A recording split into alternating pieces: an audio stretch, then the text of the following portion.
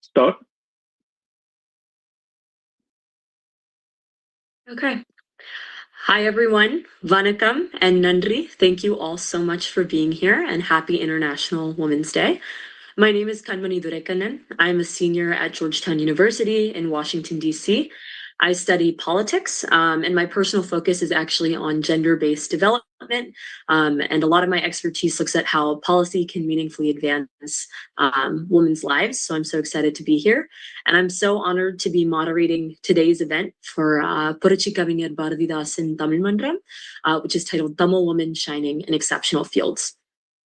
So before we begin, I want to take a moment to honor the history of International Women's Day. And so the first National Women's Day was observed in the United States in 1909, and it was organized by the Socialist Party of America in honor of the 1908 government workers' strike in New York, where thousands of women took to the streets to demand shorter hours, better pay, and the right to vote. Then in 1911, it was celebrated internationally for the first time across Austria, Denmark, Germany, and Switzerland, where women once again marched demanding the right to work, to vote, to hold public office, and to end discrimination. In 1970, women in Russia went on strike. And in 1975, the United Nations first officially recognized March 8th as International Women's Day. Today, it's observed over 100 countries across the world. And more than a century later, here we are, and we're all still marching, we're still organizing, and we're still gathered here today in rooms like this one because the work is still not done. Gender equality has still not been achieved. I remember when I first became aware of gender inequality. I was in my first computer science class in college, and the room was dominated by men. I had male students, male professors, and I heard condescending comments that were subtle, but they were consistent. And it was really shocking to me to realize that in the United States and globally, girls consistently outperform boys in math and science throughout K-12 education. But by the time we reach university or the workforce, we're dramatically underrepresented in STEM. And it's not limited to just these fields, it shows up in other places as well.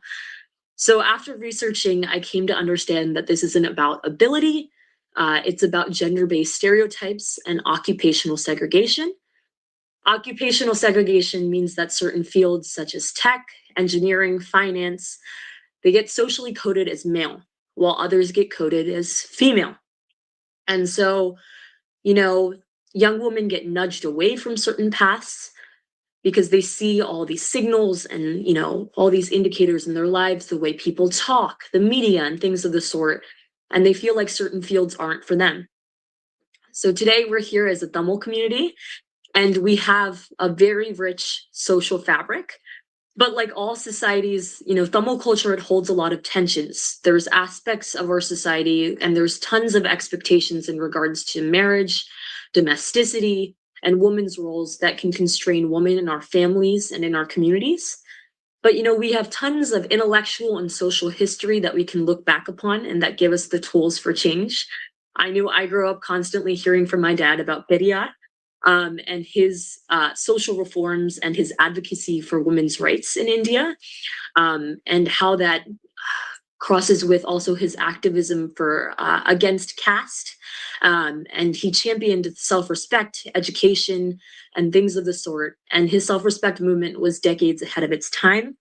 And I remember reading stories, or not stories, poems actually from Thiruvalluvar, and reading Tirukkural which was written more than 2,000 years ago, and thinking about values such as virtue, compassion, and equity that I think deeply resonate with feminist values. Additionally, in Tamil Nadu today, there's several forms of social welfare, such as free bus travel for women, expanded maternity benefits, and strong self-help group networks or other government schemes which support girls' education. And so I think there's much to be proud of, but there's also a lot left to build. Today, women's rights are under attack, both in the United States and globally. Currently in the US, the current political administration has rolled back protections for women in the workplace, in schools, and in healthcare. Um, Globally, we are watching the rise of authoritarianism and far-right movements that consistently target women's autonomy as part of their agenda. And we're also living through a technological transformation.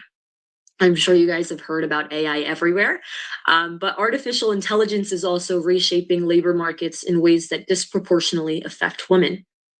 From clerical jobs to creative industries, women's work is being automated and devalued at accelerating rates.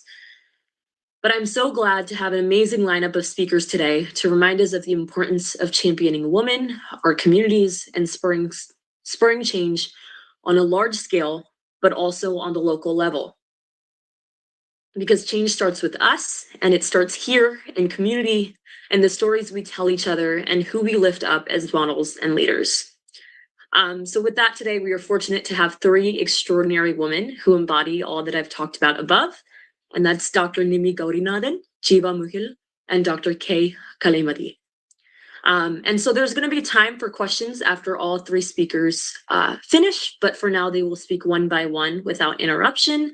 And first, I'm so excited to introduce again Dr. Nimmi Gowrinathan.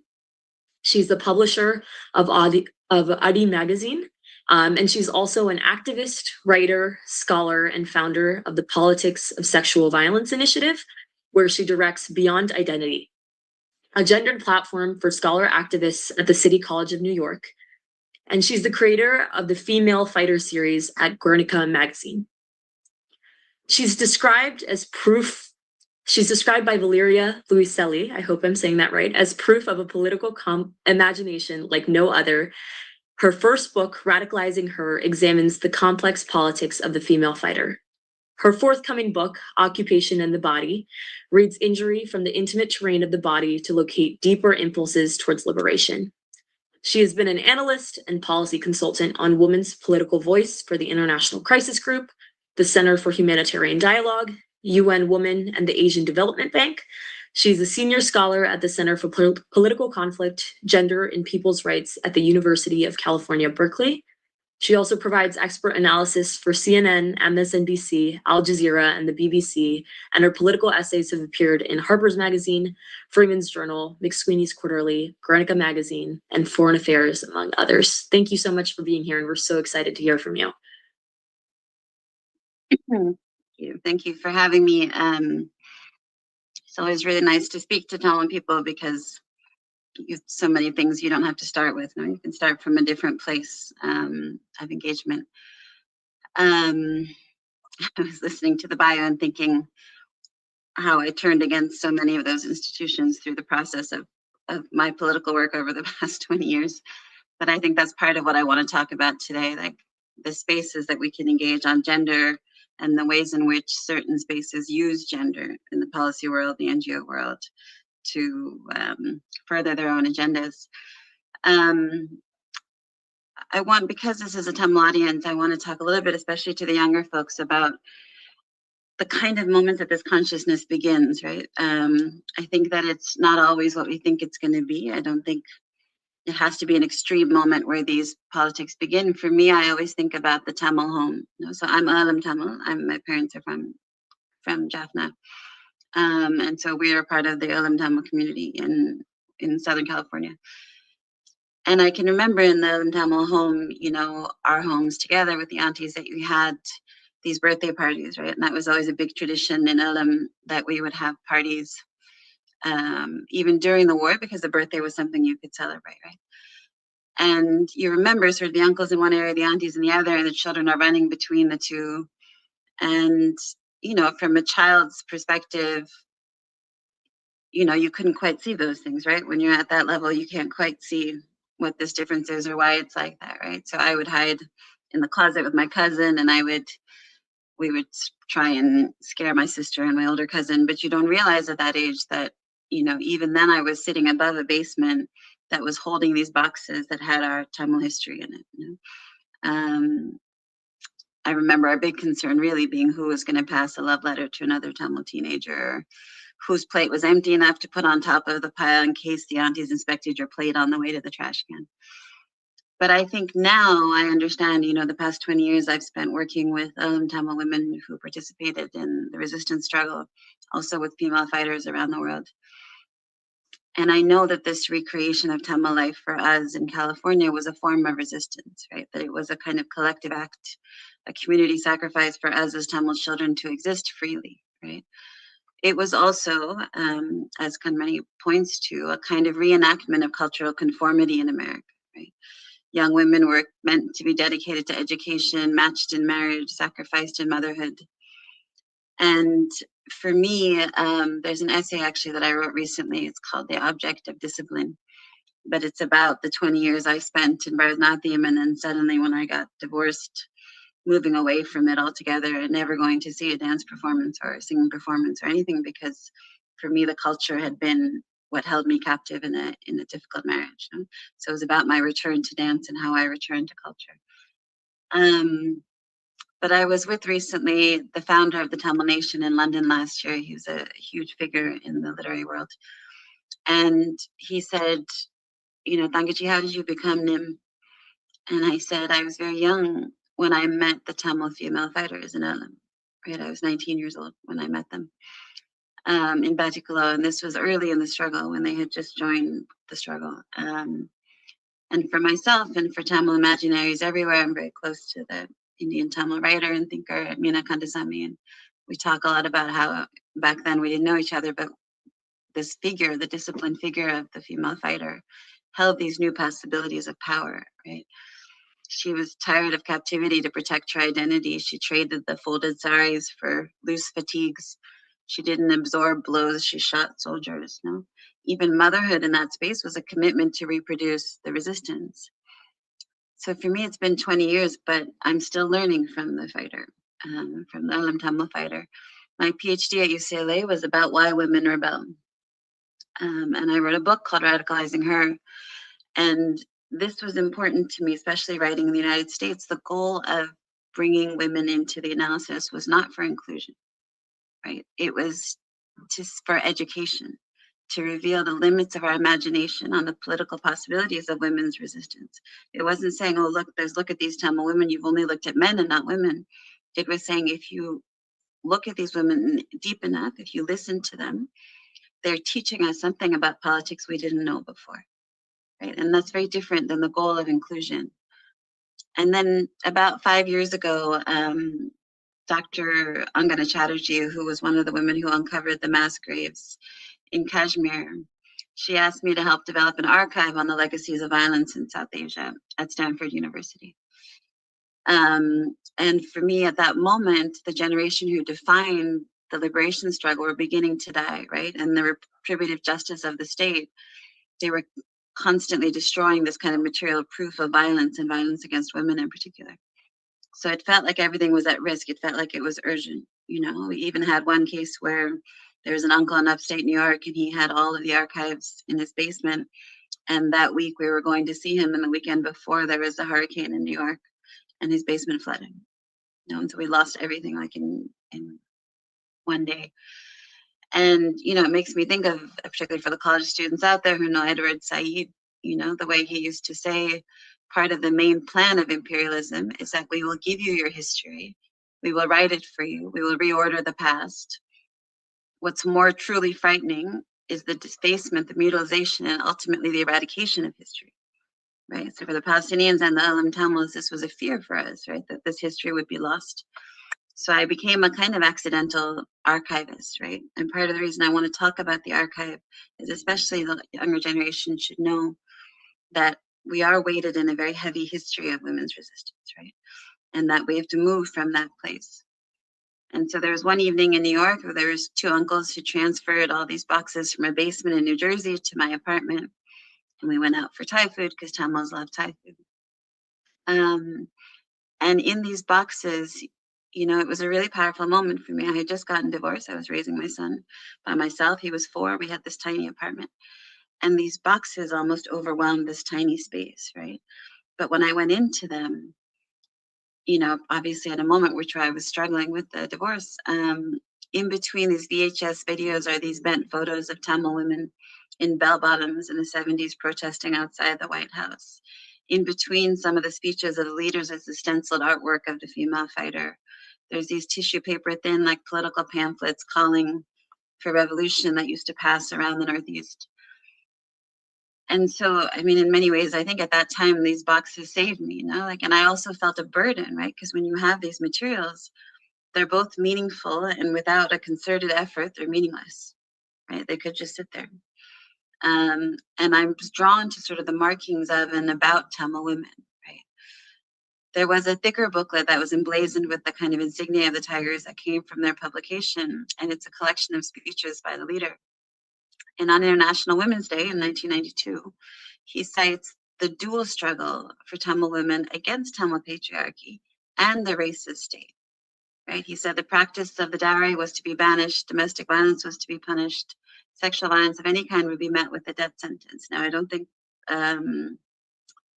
this Ikam or any other movement, you know, has ever perfected being able to elevate women's rights alongside a national struggle, a class struggle. That's never happened. But this is important to know that the articulations and the efforts were there, right? And how the perceptions of women were beginning to change. There was a political supporter who was sort of elderly, and it's, you know, this was 60 years ago, and he said, he writes in his notes, how the Tamil woman, who was a docile, meek, peace-loving member of the Tamil society, turned out to be such a courageous, bold, and sacrificing person, offering herself to fight injustice and save the Tamil nation, is really unbelievable, but it's true. And, you know, in the reference to the third girl, you know, to me, again, with my friend Mina, who translated The Second Woman in 2,000 Years to do so, she talks about in the third girl, there's this line of carrying the battle axe of politics into loftier spheres, you know, and when she reorients the third girl, what she does is Mina actually pulls apart the lines of these traditional couplets to show how open Tamil society has always been to Tamil women's participation. And she translates, a woman is not someone to be imprisoned, her movements watched over. So for me, the history was handed to me by my uncles, and my appa is my biggest fan. But I found my role in the struggle through the female fighter, right? That's how I entered into the struggle. And so I want to, particularly at this moment, I think it's important to talk about genocide, you know, to talk about our genocide. In May 2009, that for us, for me, I had been active in the movement for 10 years by then. It was a deep cut, of course, right? And the political self for me formed around the kind of edges of this wound. And I learned a lot about what it meant to be an activist in the West at that time. You know, obviously now and then, like in the service of the state's agenda to evade accountability, the survivors of genocide are asked to move on, right? You cannot move on from something that constitutes you, right? The question is, how do we move from, how do we mobilize from this, right? And so there are moments that become kind of this fracture in the consciousness, you know, that it's like a muscle that rips before it strengthens. There was moments that marked my memory, that mark every woman's memory, right, of something that happened. I remember sitting outside the UN running the Sri Lankan working group, and there was one of those, whatever, conference phones in the middle, and the women from Tamilar were telling them everything that was happening, all of the bombings, the shellings every day. And after the call, none of the NGOs would sign the letter. They were all choosing advocacy over access, right? There was the moment when the head of the UNHCR is sitting in front of you and says, oh, it was so sad when we had to drive out of Kilinochchi and the Tamil women were sitting in their saris blocking the road, right? When I met with Samantha Powers with Ban Ki-moon, I sat in front of them thinking like, okay, if I give you this information, then you'll stop, right? Like the more visible we are, we could stop the pain, right? Not knowing that they already knew. They didn't need the information. They didn't need the images. They already knew, right, what was happening. And for the Tamil women there, these moments that happened in 2009, these are not things you move on from. The Tamil women who put their husbands on the bus, run by the Red Cross. The last time they saw their face was in the frame of that bus on May 18th. The children who remember putting their mothers and fathers on that bus, who are now in their 20s. That is a moment, those faces going away in that bus that will never be erased from their memory. You know, the cultural markers at the end that were repurposed to protect. There was wedding saris that were ripped to fill with sand and to protect from the bombs. There was potus that were hastily put on women to pretend they were married because they thought the soldiers wouldn't take them if they were married. All of this against the empire's complete moral bankruptcy, you know, that nobody was going to do anything. Nobody's doing anything now. And they were then. And so then I think it was a reckoning for me, right? Like, how could I possibly engage in these worlds of the NGO and the policy and the State Department that had just left the Tamils to die? And that's what I was being groomed to do, was to be in that world. And when I challenged it, that's to me when I started to see, like when we talk about this moment right now, it's important to say there's people who separate, you know, there's a far right and there's an attack on women a lot, right? This is actually the same agenda. They are agendas for dominance over resources, over reproduction, over bodies. It is an agenda of a desire for dominance. It's the same agenda. We cannot separate women from what's happening in the autocracy, right? And so once I started to see, when I said the word empowerment, which was created by the Global South, women in the Global South, and taken by the UN to cover their crimes against women, when I wrote a report on that, that's when the white feminists will turn on you, right? When Kanmani so very importantly points out that International Women's Day was anchored in socialism. It is not meant to cover the agendas of an empire trying to bomb Iran or anywhere else, right? It was recognizing the captivity of language, like the word disappeared, all this elevation of mothers that disappeared. Nobody is disappeared. People are abducted or killed. Even that language was attached to the women to make their political agendas softer, right? If I wrote about why women chose violence, the New York Review of Books would say she's fetishizing violence. I remember Sandra, a member of the FARC, would say to me, okay, so if a soldier comes at me with a gun, women should respond with what? A Bible, a book, kindness.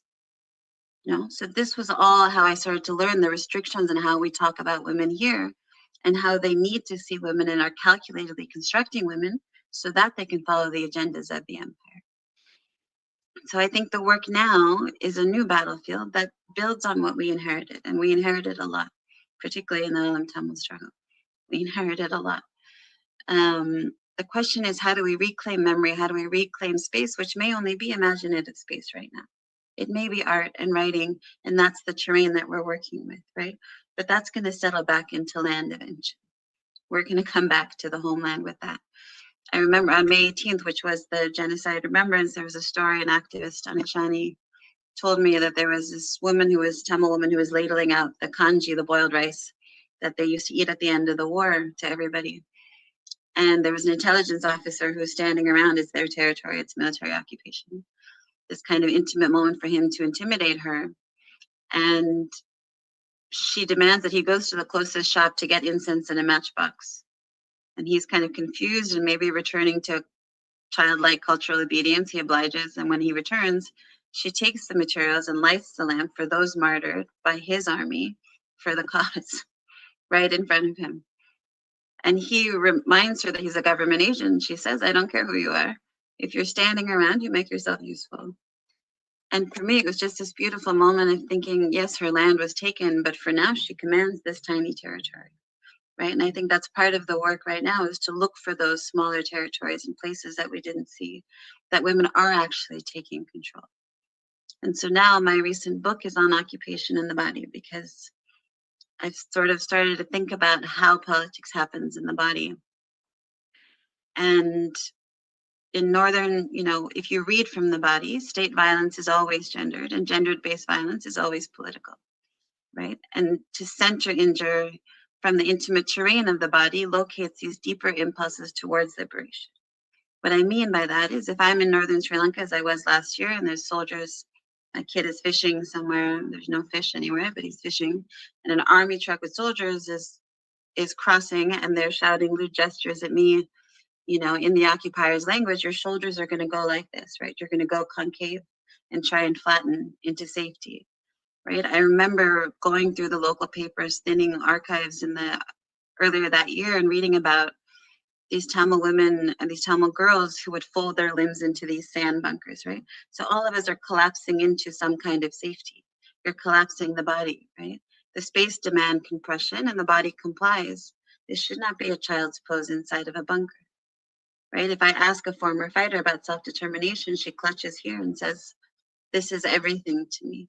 When you ask about the refugee camps and where they were, they'll trace with their finger, this is where I was, this is where the military was.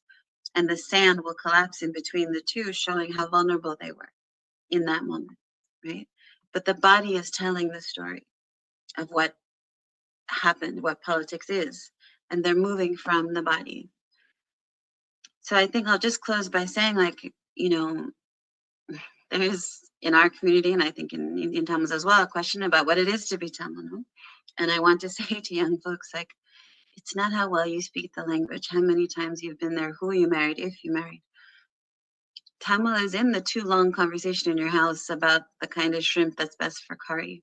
It's in the dark cutting humor. It's in the internal moral voice that's too loud to silence. It's in an intense intellectualism that's drawn to literature and poetry. And if you're looking for markers of Tamil women, you don't have to look that hard, you know? It's in your own, you know, it's there. Everything is there that you're looking for. And I think there is, working on that island now, working in Ulam, this new generation of kids of the struggle, who are organizing, who are doing writing groups, who are having cricket matches for their friends to raise money and blood drives. This is the next generation. There's a changing of the guard of the struggle, and it's a mixed men and women equally. And so I think if you center gender from 20 years ago to now, I believe it reorients your view to see power in new places. The state will always be nearsighted, and it believes power shrinks in the distance from the capital. But the farthest from the state are the places where we're building a critical mass now. And I've seen it in the US and I've seen it in Alam. And we return to the community, which is why I think we're here today, hoping to bring some political life back into each of our struggles.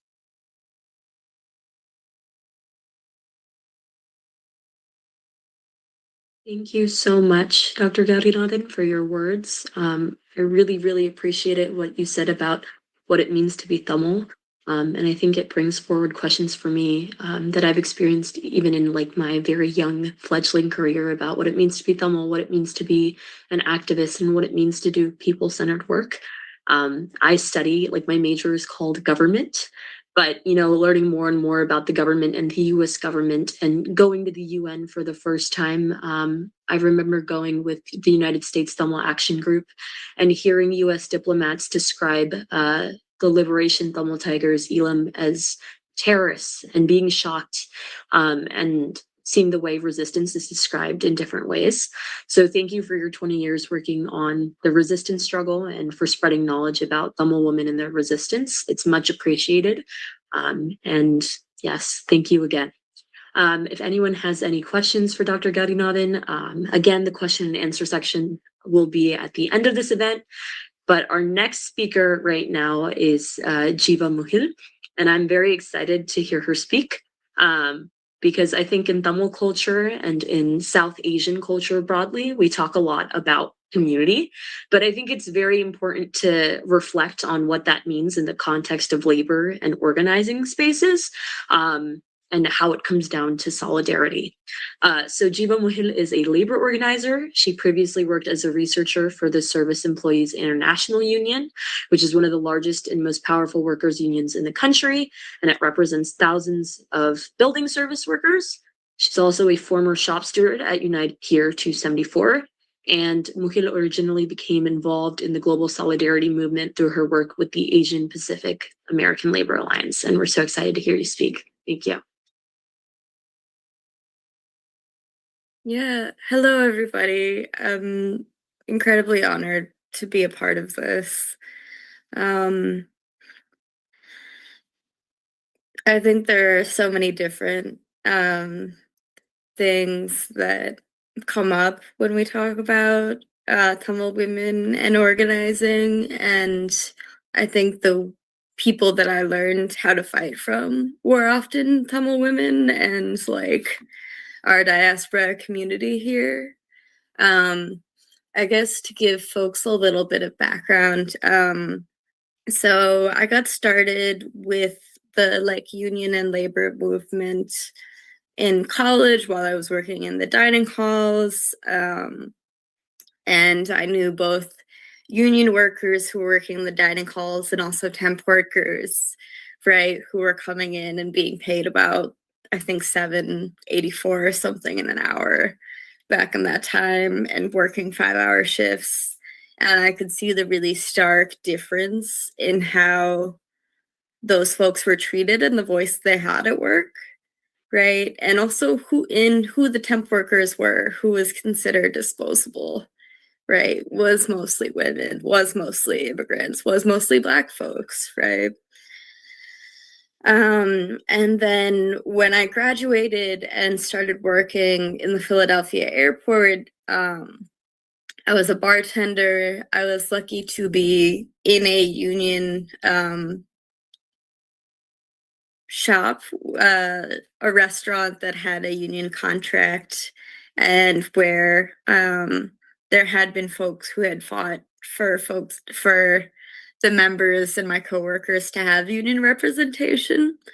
But it was also clear the difference between what is on paper and what is real and active and shapes your life in the workplace every day, right? We had a lot of protections that were very much on paper, but did not have, were not real in real life in the restaurant every day, right? And I soon learned that my female coworkers were the ones that I could go to about, like, we were the only ones who were able to protect each other, especially when it came to gender-based violence and harassment at work, from coworkers to customers, right? And even as somebody who came in as a union member, that's when I got involved in the union movement, because I was like, without this, I feel helpless, and I don't want to be helpless again, right? And we had been fighting for several years for increased raises, increased health insurance, just a lot of important standard setting about raising the bar for all workers in the airport, but also about, you know, the things that make people able to be free of medical debt and get the care they need and take care of their families. And we were signing folks up on a one-day strike. And then in 2020, all of us were laid off. We had folks signed up on a one-day strike, and then that week itself, we were all laid off because of the COVID pandemic. And I started working with the union unemployment hotline because all of us were simultaneously applying for unemployment, which was very difficult in my state with a very relatively well-funded unemployment office. It was also incredibly difficult to do if you did not speak English as a first language, if you were not a citizen, if you were navigating unemployment with anything but American citizenship, essentially. And I think as a part of the work there, just like being a part of helping folks apply for unemployment and like trying to connect people to resources as much as possible through this union operated thing, I learned a lot about the difference between what feels like organizing and community services, right? And they're both incredibly important, and providing services to a community is incredibly important and makes a huge difference in people's lives. It also does not feel the same, right? It felt like I was constantly having to tell people what didn't exist for them, right? That nobody had provided what they needed, and that like we had to make a plan to fight for it together, right? And so after that, I was lucky enough to work with the Building Services and Janitors Union, SEIU 32BJ, especially with like workers across school districts, across office buildings, across government buildings, right? I think there is a huge stigma across Indian culture in general and across a lot of different immigrant cultures against people who work with their hands, right? it's traditionally like assigned to folks who are marginalized in society, who are like considered backward castes, or who are considered to be disposable. But I think there is like a very deliberate erasure of them and the essential like nature of their work, right? If you look back at the COVID pandemic, the people keeping society running were sanitation workers, right? Were nurses, were teachers, were folks working in grocery stores. And in the like aftermath of any environmental, climate disaster, infrastructure failure, the folks they bring in are particularly specifically sanitation workers, our janitors, our home care nurses, right? These are our emergency response folks, and these are the people currently being targeted and kidnapped and abducted by our current government, you know. So many of the folks that we're losing right now are not just like incredibly important community members, they're also essential workers. And it's a testament to the way our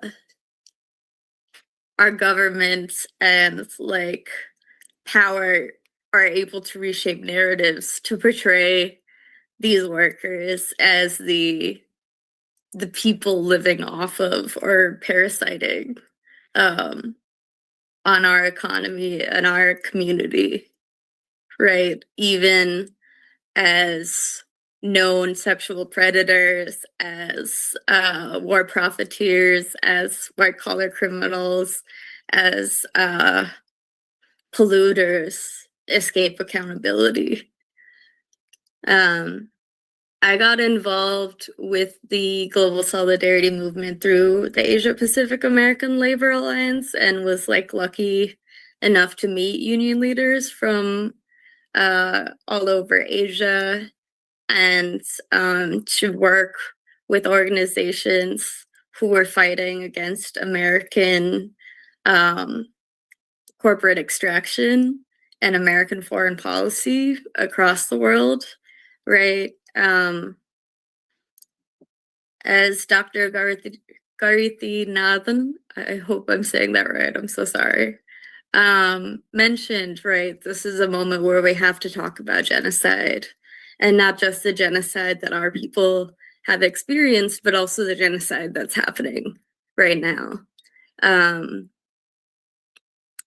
It is often like when people come to the US and experience racism, and this is true for Tamil communities and also other communities, they tend to go back to a very conservative idea of what they think the culture is.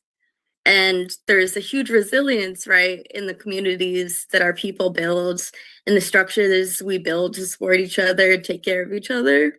There's often also a very big oversimplification of the experiences and culture, like facing Tamil women, for example, right?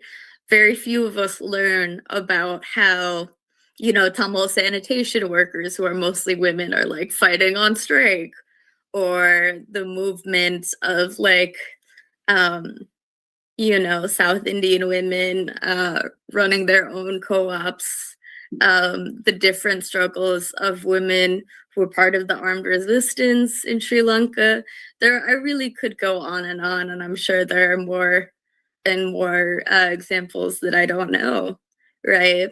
And then often when young women come up as second generation in the diaspora, they don't have these references, right? And so it feels like they have to break through their own culture to do the work that they want to do, even when they have sisters and they have past examples and strength to draw on.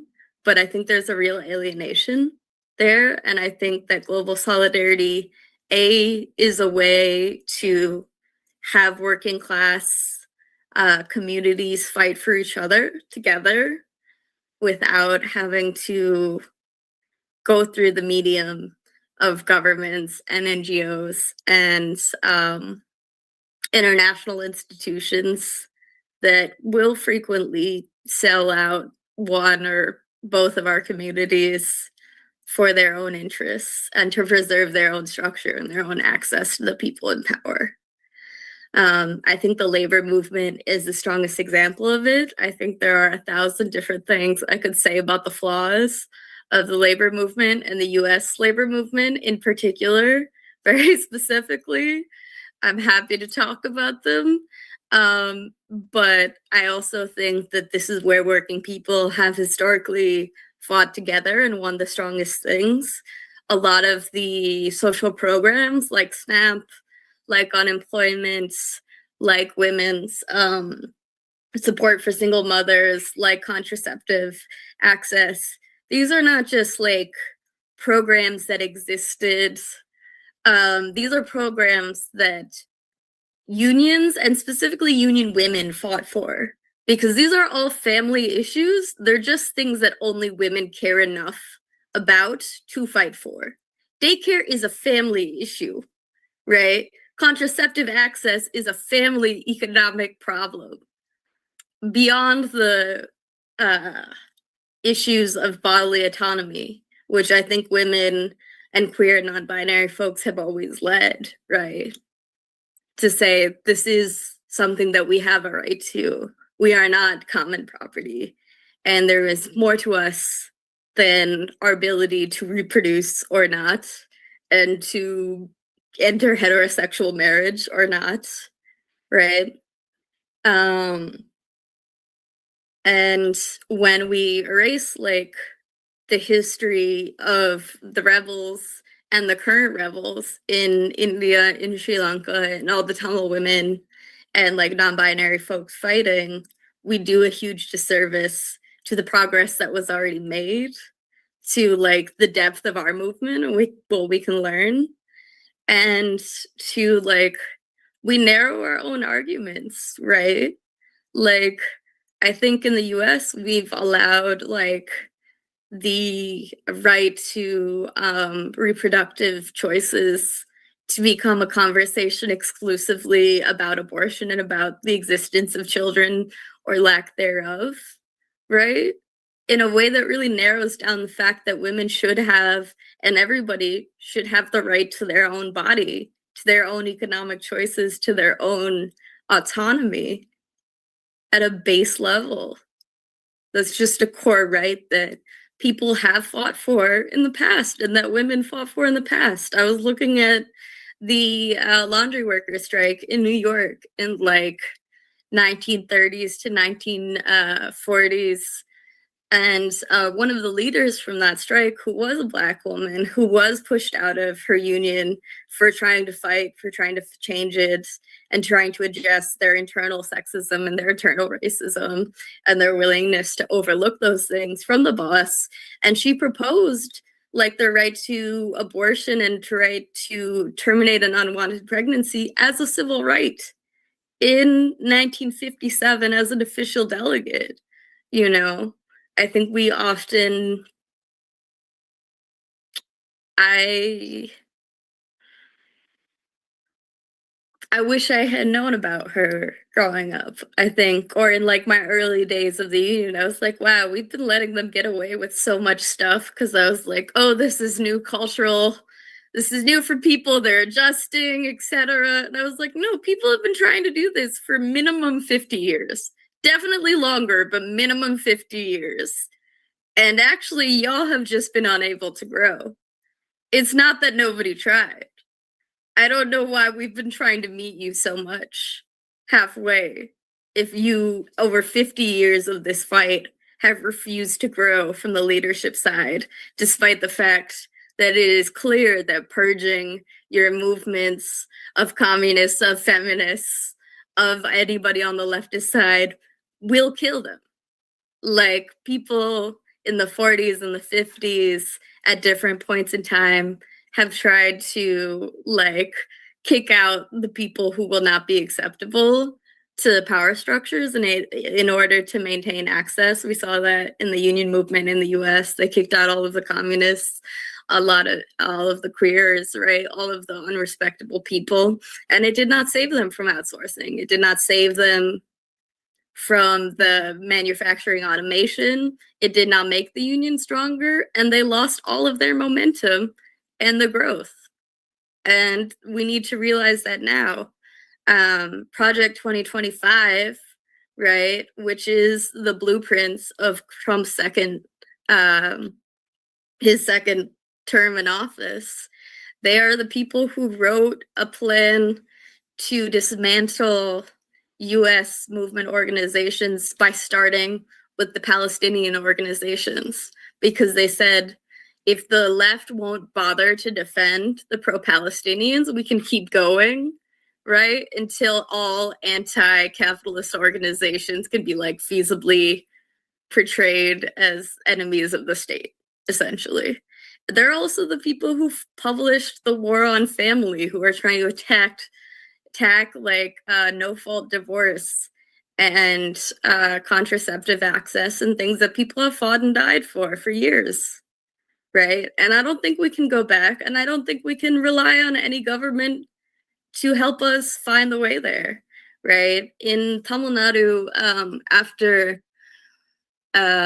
a 21-year-old union member in one of the factories at an Eastman factory was murdered by her supervisor, her union and her family came together and fought for something that's called the Dindigul Agreement, which essentially is a worker-led way to enforce and hold workers accountable for gender-based violence and harassment. So it gives basically at every line of production, there is a woman worker who is like trained in handling grievances about gender-based violence and harassment that any member on that production line can bring a complaint to. And they meet with the supervisor. If it's not resolved at that level, there's an investigation team where they look into what happened, what the needed resolution is. And then if they don't resolve it at that level, it goes to an oversight committee that the brand, the contractor, and the union sit on. And the brands commit to cutting off sourcing if the needed solution isn't implemented. And I think the Dindigul Agreement, which is what it's called, they've won expansions of that and several in Indonesia as well. Great. Indonesia as well is a revolutionary agreement, is coming out of a history of Tamil women organizing. I was lucky enough to meet the TTCU, the Tamil Nadu Textile Workers Union, and they are folks who are also organizing against domestic violence in their communities. They go, and when there's a domestic violence fight happening, the women will go and surround the fight as it is happening, right? They come and bring a delegation of people to make sure that they are not getting attacked. And also they make sure that the person who is being abused can't be blamed for calling them, essentially. There's so much I'm excited to learn from them. And I have learned so much already from the beginning of this webinar. I'm excited to hear from the rest of our panelists and really appreciate y'all time. Thank you. Thank you so much, Jeeva. Again, I really appreciate you talking about labor and unions, because even in college, I don't think it's something that's ever even been brought up to me until now. I'm taking an Asian American labor history class, and this is the first time I'm learning about labor and how Asian Americans are involved and the connection. And I think it's really important for us all to remember what Jeeva said before about labor rights and the labor movement and how that corresponds to civil rights. And so the labor movement really is a funnel for democracy for all and for women in specific, and it's directly interconnected with women's rights. And I think, as she was saying, I think growing up, a lot of the stories we hear about bravery is something we think of needing to find like alone on our own, but it's actually something we find in community.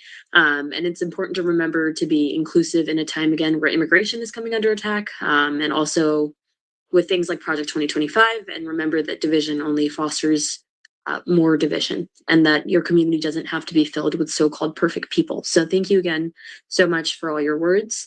And if you have any questions for her, you can ask after our final speaker. And so our final speaker is Dr. Kalai Mathee. And Dr. Kalai Mathee was born in Malaysia, and she was raised speaking Tamil before any other language. She says she was shaped by the legacy of her father, the beloved poet and educator Kanmani Duraikkannan, who was honored with the title Tamil Kuyil, or the Nightingale of Tamil. And it was bestowed by Bharathidasan himself. And so we're so thankful for her for being here. And she carried that legacy across oceans. She earned her bachelor's and master's of science from the University of Malaysia, her PhD in microbiology and immunology from the University of Tennessee, and went on to become the first Malaysian Tamil woman to hold a full professorship at Florida International University in Miami. She built her entire scientific career in America and did not set foot on Indian soil until she was 34 years old. So Tamil was never geography for her, it was blood, and it was her father's voice. Her scientific achievements are staggering, with over 160 peer-reviewed publications, 5 patents, and 150 invited lectures worldwide. She's a global authority on antimicrobial resistance and microbiome science. She served as the first international co-editor-in-chief in the 50-year history of the Journal of Medical Microbiology. She's a fellow of the American Academy of Microbiology. And she's a fellow and trustee of the Royal Society of Biology UK, and served as the first international trustee of the Microbiology Society UK, founded in 1945. Still, even with all these achievements in the scientific field, she never let go of Tamil. She organized Tamil events, translated scientific texts into Tamil, contributed Tamil scientific vocabulary to the Tamil Nadu Government Lexicon Project. In January 2025, she founded the Tamil and Tamilar Diaspora Research Institute, also known as TTDRI, the first institution of its kind dedicated to the academic study, preservation, and global promotion of Tamil language, literature, and heritage. She's also chief strategist at Eularis, an AI-powered platform working to make Tamil education accessible worldwide. She's currently completing her own BA in Tamil. She composes original Tamil poetry, and she teaches as her father taught. So the Tamil world has already taken notice. She has received the Valar Tamil Mamani Award from the International Academy of Tamil Language and Culture in Chennai, and the crown jewel of the World Tamilar Award at the 9th World Tamil Economic Conference in Dubai in 2023. She's a bridge between the ancient world of Tamil civilization and the frontiers of 21st century science. So with that, please welcome Professor Dr. Kalai Mathee. That was a lot. I was hoping you will shrink it a little bit. Thank you so very much for the introduction, Kanmani. First of all, congratulations to the speakers who went before me. I have to say, I am coming from completely in a left field from what you have both spoke. I very much identify with your cause. So I certainly we can talk about it, that part of my life. But I'm here and today to talk about how I got here, more or less. And I'm going to speak in Tamil. My apologies. But I hope I can, I don't used to, I can be, that you can follow what I'm trying to say, okay? I appreciate that. Though I've been here many years, over 40 years in this country, I relearn Tamil, and I've been actually very proud of that. I'm going, but let's get there. Okay. With that,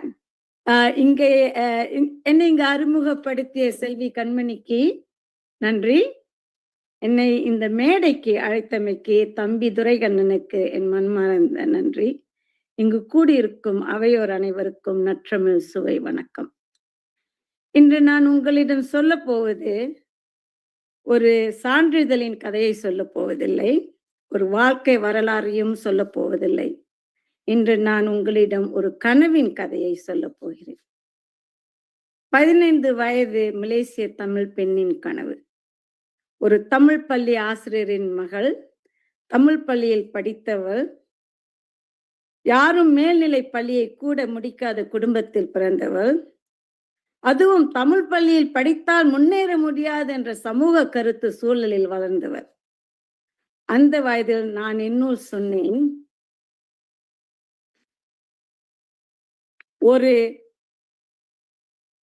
ஒரு நல்ல விஞ்ஞானியாக, அதாவது உலகம் போற்றும் விஞ்ஞானியாக நான் வர வேண்டும் என்று ஒரு முடிவு எடுத்தேன். அந்த முடிவு யாரும் என்கிட்ட சொல்லல, நானே எடுத்துக்கிட்ட ஒரு திட்டம். உலகத்திற்கு வேறு திட்டம் இருந்தது. ஏன்னா கூட சுற்றிருந்த அனைவரும் படிப்பில் என்ன பயன், கல்யாணமாகிவிடும், நீ கணவரோட போயிருப்ப, வீட்டுக்கு வந்து சாப்பாடு போட மாட்டீங்க, இந்த மாதிரி பல கேள்விகள். உனக்கு பட்ட படிப்பு எதற்கு, உங்க குடும்பத்தில் அவ்வளவு காசு கிடையாது, அதையும் யோசிக்க வேண்டும் அப்படின்னு நிறைய கேள்விகள். நான் என் பெற்றோர்களில் சொல்லாமல் மலாயா பல்கலைக்கழகத்தில் சேர்ந்தேன். கேட்கவில்லை அவர்களிடம், ஏன், என்னவாக இருக்கும் என்று நீங்கள் நினைக்கிறீர்கள்? நீ வளர்ந்தது பணம் இல்லாத குடும்பத்தில், உன்னை சேர்ந்த 5 சகோதர சகோதரிகள், நான் 2வது. இதையெல்லாம் கேட்கும் போது நான் கேட்காமலே யாரிடமும் அட்மிட் பண்ணிட்டு இருக்கேன், யாரிடம் அனுமதி கேட்காமல் நான் பல்கலைக்கழகத்துக்கு மன அளித்தேன். இடம் கிடைத்தது, போய் படித்தேன். முதுகலையும் படித்தேன். முதுகலை போகும்போதும் யார்கிட்டையும் நான் படிக்கணும் அப்படின்னு கேட்கல. ஆனா படிக்கும்போது என்ன பிரச்சனை, பண பிரச்சனை. உனக்கு எங்க இருந்து பணம் வரும்? அப்ப அந்த பிரச்சனைன்னு வரும்போது நம்ம முக்கியமா என்ன செய்யணும் அப்படின்னா, நான் வேலைகள் செய்தேன். வீட்டு வேலைக்காரியா இருந்தேன், குழந்தைகளை பார்த்துக்கிட்டேன். ஓகே, அப்போ ஒரு குறள் தான் நினைப்பு வரும். அந்த குறள் என்னன்னா, அருமை உடைத்தென்று அசாவாமை வேண்டும், பெருமை முயற்சி தரும். அப்படின்னா முக்கியமா அது என்ன அர்த்தம்னா, என்ன முயற்சி எடுத்தாலும் கவலைப்படாம எடுக்கணும். முயற்சி செய்தாதான் உன்னால முடியும், முயற்சி செய்யலைன்னா உன்னால கரை சேர முடியாதுன்னு. அதே சமயத்துல நான் இருந்த நிலையில எனக்கு என்னன்னா, நாங்க இருந்த இடம், தங்கி இருந்த வாழ்ந்த இடம்லாம் பார்த்தீங்கன்னா, அந்த இடத்துல இருந்து நான் எப்படி வெளியாகிறது, எப்படி முன்னுக்கு வர்றதுன்னா, எனக்கு முக்கியமா தெரிஞ்சது கல்வி. கல்வியால் கரை சேர்வேன், கல்வியால் கரை சேர்வோம் என்ற ஒரே ஒரு நம்பிக்கையிலே படித்தேன், படித்துக் கொண்டே இருந்தேன், இன்னும் படித்துக் கொண்டே இருக்கிறேன். அதற்கு பிறகு மேலும் ஒரு விஞ்ஞானி ஆக வேண்டும் என்னால் எந்த நாட்டுக்கு போக வேண்டும் என்று யோசித்ததில் அமெரிக்கா போகணும் அப்படின்னு முடிவெடுத்தேன். எழுதி போட்டேன். எனக்கு ஸ்காலர்ஷிப்போட வந்தது, டென்னசியிலிருந்து, மெம்பிஸ் டென்னசியிலிருந்து. இப்ப என்ன தடைன்னு நினைக்கிறீங்க? யாரு பயண சீட்டு வாங்க போறோம்? கையில பணம் கிடையாது, வீட்டு வேலைக்காரியாக இருக்கிறேன், முதுகலை படித்திருக்கிறேன். அப்பொழுது நான் கேட்டது என்னன்னா, நிறைய கதவுகளை தட்டினேன், ஆனால் ஒரு கதவும் திறக்கவில்லை. கடைசியில் எனக்கு எஜமானாக இருந்த டாக்டர் கிருஷ்ணன்ட்டு போயிட்டு, எனக்கு கடன் கொடுங்க, நான் போய் சம்பாரிச்சு திருப்பி தந்துடுறேன்ட்டு அவர்கிட்டேருந்து கடன் வாங்கி டிக்கெட் வாங்கி அமெரிக்கா வந்தேன். ஏன்னா அமெரிக்காவில் ஸ்காலர்ஷிப் இருந்ததுனால மாதம் மாதம் வருமானம் இருந்தது. ஸோ அப்பயும் கூட அந்த வருமானம் பத்தாக்குறையினால ரெஸ்டாரண்ட்ல வேலை செஞ்சேன். இருப்பினும் படிப்பு கல்விதான் உனக்கு கை கொடுக்கும் என்று நினைத்து விட்டேன். அதை எதுவும் கைவிடக்கூடாதுன்னு படித்துக் கொண்டிருந்தேன். நான் வாழ்க்கையில் முன்னேறும் ஒவ்வொரு அடியிலும் ஒரு தடை காத்திருந்தது. வறுமை மட்டுமல்ல, மக்கள் என்னை பார்த்து என்ன சொன்னார்கள் தெரியுமா? நான் அழகாக இருப்பதால் புத்திசாலியாக இருக்க மாட்டேன். ஏன்னா அறிவும் ஒரு தமிழ் பெண்ணின் முகமும் ஒரே நேரத்தில் இருக்க முடியாது என்பது போல் நான் ஆய்வகங்களில், மாநாட்டு அரங்குகளில், ஆசிரியர் குழுக்களில், என்னை போல் ஒருவரை வாழ்க்கையில் பார்த்திராத நிறுவனங்களில், நடைபாதைகளில், எல்லா இடங்களிலும் குறைத்து மதிக்கப்பட்டிருக்கின்றேன்.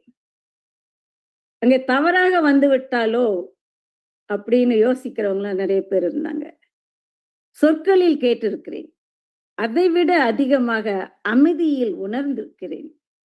நான் நுழைந்த போது அறை மாறும் விதத்தில், என் யோசனைகள் வேறொருவருக்கு பெயர் மாற்றப்படும் விதத்தில். அப்பொழுது நினைத்தேன், என்னை 2 மடங்காக தயாராக, 2 மடங்கு துல்லியமாக மறுக்க முடியாதவளாக இருக்க வேண்டும் கட்டாயத்தில். You all know this. You have to be twice as good to get half as much credit. Right? So that's exactly what I was focused on. They will never, ever question my credentials. Okay? And that's why I said I will get my PhD and nobody will ever question my credentials. இதிலிருந்து நான் கற்றுக்கொண்டது உங்களுக்கு சொல்கிறேன். தடைகள் நிறுத்தும் பலைகள் அல்ல, அவை கேள்விகள். அவை உங்களை தீக்கி உயர வைக்கும் ஒரு கற்கு. அதாவது it's a stepping stone for the next level. It's blocking. Okay?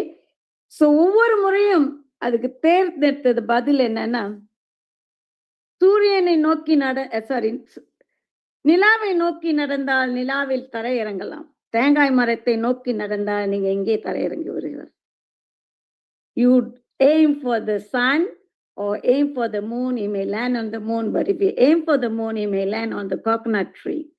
If you aim just for the top of the coconut tree, you know where you're going to land.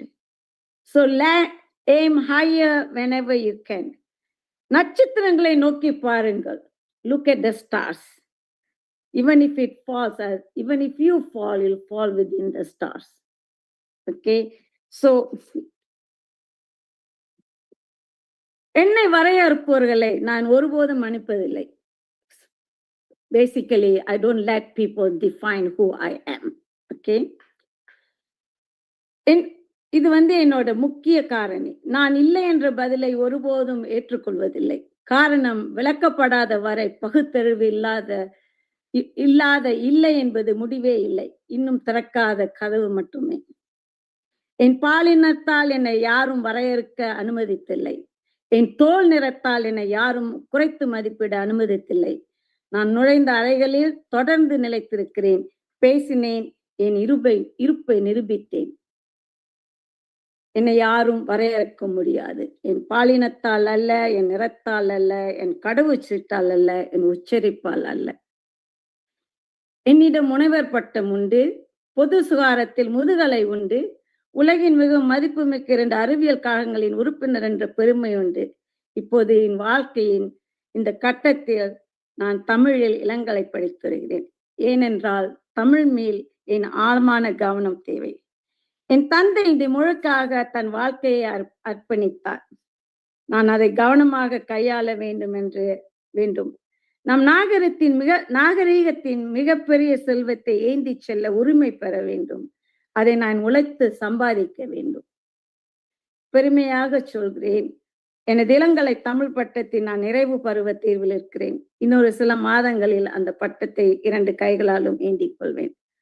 ஆன்ம திருப்தி அடைவேன். இது என்னிடம் உள்ள எல்லாவற்றையும் கொண்டு சம்பாதித்த பட்டம் என்று, எனது தந்தையின் நிறைவான ஆசைகளுடன் பெற்ற பட்டம் என்று. என் பெற்றோர் மேல்நிலை பள்ளி கல்வியை முடிக்கவில்லை.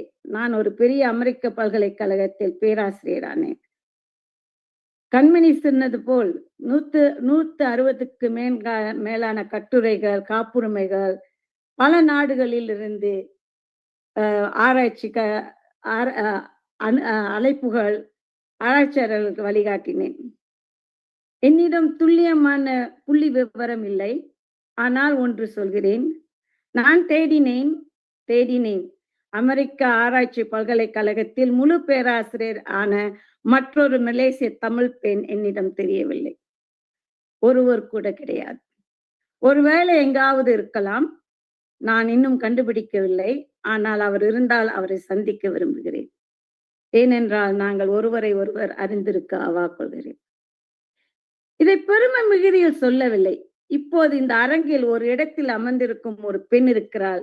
யாரோ அவளுக்கு சொன்னார்கள், கனவு மிகவும் குறுகியது, மிகவும் சாத்தியமற்றது, மிகவும் தூரத்தில் உள்ளது என்று. அவள் கேட்கட்டும். பாதையில் நடப்பதற்கு முன்பே வரைபடம் இருக்க வேண்டியதில்லை. I never had a role model. சில நேரங்களில் நீயே வரைபடம். We are our own role models. என்னுடைய இளைய சகோதரன் இப்போது அமெரிக்காவில் பேராசிரியர். என் சகோதரி மற்றும் சகோதரியின் குழந்தைகள் வழக்கறிஞர்களாகவும் மருத்துவர்களாகவும் பேராசிரியர்களாகவும் பணிபுரிகின்றனர். நான் வழி நடக்கவில்லை, வழியை வகுத்தேன். பலர் பின்தொடர்ந்தனர். என்னை பொறுத்த வரைக்கும் நான் இப்போது வழி வகுக்கிறது உங்களை போன்ற இளைஞர்களுக்கு. I want to open the doors for the next generation in science, in any field. Okay? பிறகு வந்தது என் வாழ்நாள் முழுவதும் உழைத்தது நான் பெற்ற உன்னத தருணம். இந்த அகாடமியின் மெம்பராக தேர்ந்தெடுக்கப்பட்டேன். தேர்ந்தெடுக்க போது அந்த லிஸ்ட்ல பார்த்தா தமிழ் பெண்கள் யாருமே கிடையாது எங்களுக்கு முன்னால. ஆனா நான் தேர்ந்தெடுத்த வருடம் 2 தமிழ் பெண்கள், நானும் இன்னொரு தமிழ் பெண்ணும் சென்னையில அவங்க யூகேல இருக்காங்க. பூர்வீகம் சென்னை. உலகில் சிறந்த விஞ்ஞானிகளில் தேர்வு செய்யப்பட்ட குழுவில் இருந்தோம். அதனால் உலகுக்கு நாங்கள் தெரிந்தோம். We are seen, we are recognized for our contribution, right? நாம் எப்போதுமே இருக்கிறோம் தான், ஆனால் அப்பப்போ சொல்லி காட்ட வேண்டிய வகையில் இருக்கிறோம். Here we are. And the only way for them to take note is to go where nobody dares to go. Open the new frontier. Okay? I was lost at this point. என்ன செய்வது என்று தெரியல. 30 ஆண்டுகள் ஏறினேன், உயரத்தை அடைந்தேன், சுற்றி பார்த்தேன். இனி என்ன தொடர்வது? எனக்கு குழந்தைகள் கிடையாது. இந்த கேள்வியுடன் ஒரே போராட்டம். என் மரபு என்ன? கடவுள் என்னை ஏன் இந்த பூமியில் நடக்க வைத்தார்? மனித குலத்திற்கு என் பங்களிப்பு என்ன? I really did not know what my next journey is going to be. Okay? கிட்டத்தட்ட 2 ஆண்டுகள் இந்த கேள்வியுடன் போராடினேன். என் சொந்த துறையை நான் ஆராய்ச்சி பார்க்கும்போது என்னுடைய அறிவியல் துறை முழுமையாக ஒரு மேல்நாட்டவர்களுக்கான ஒரு நோயை பற்றிய நிறைய ஆராய்ச்சி செய்தேன்.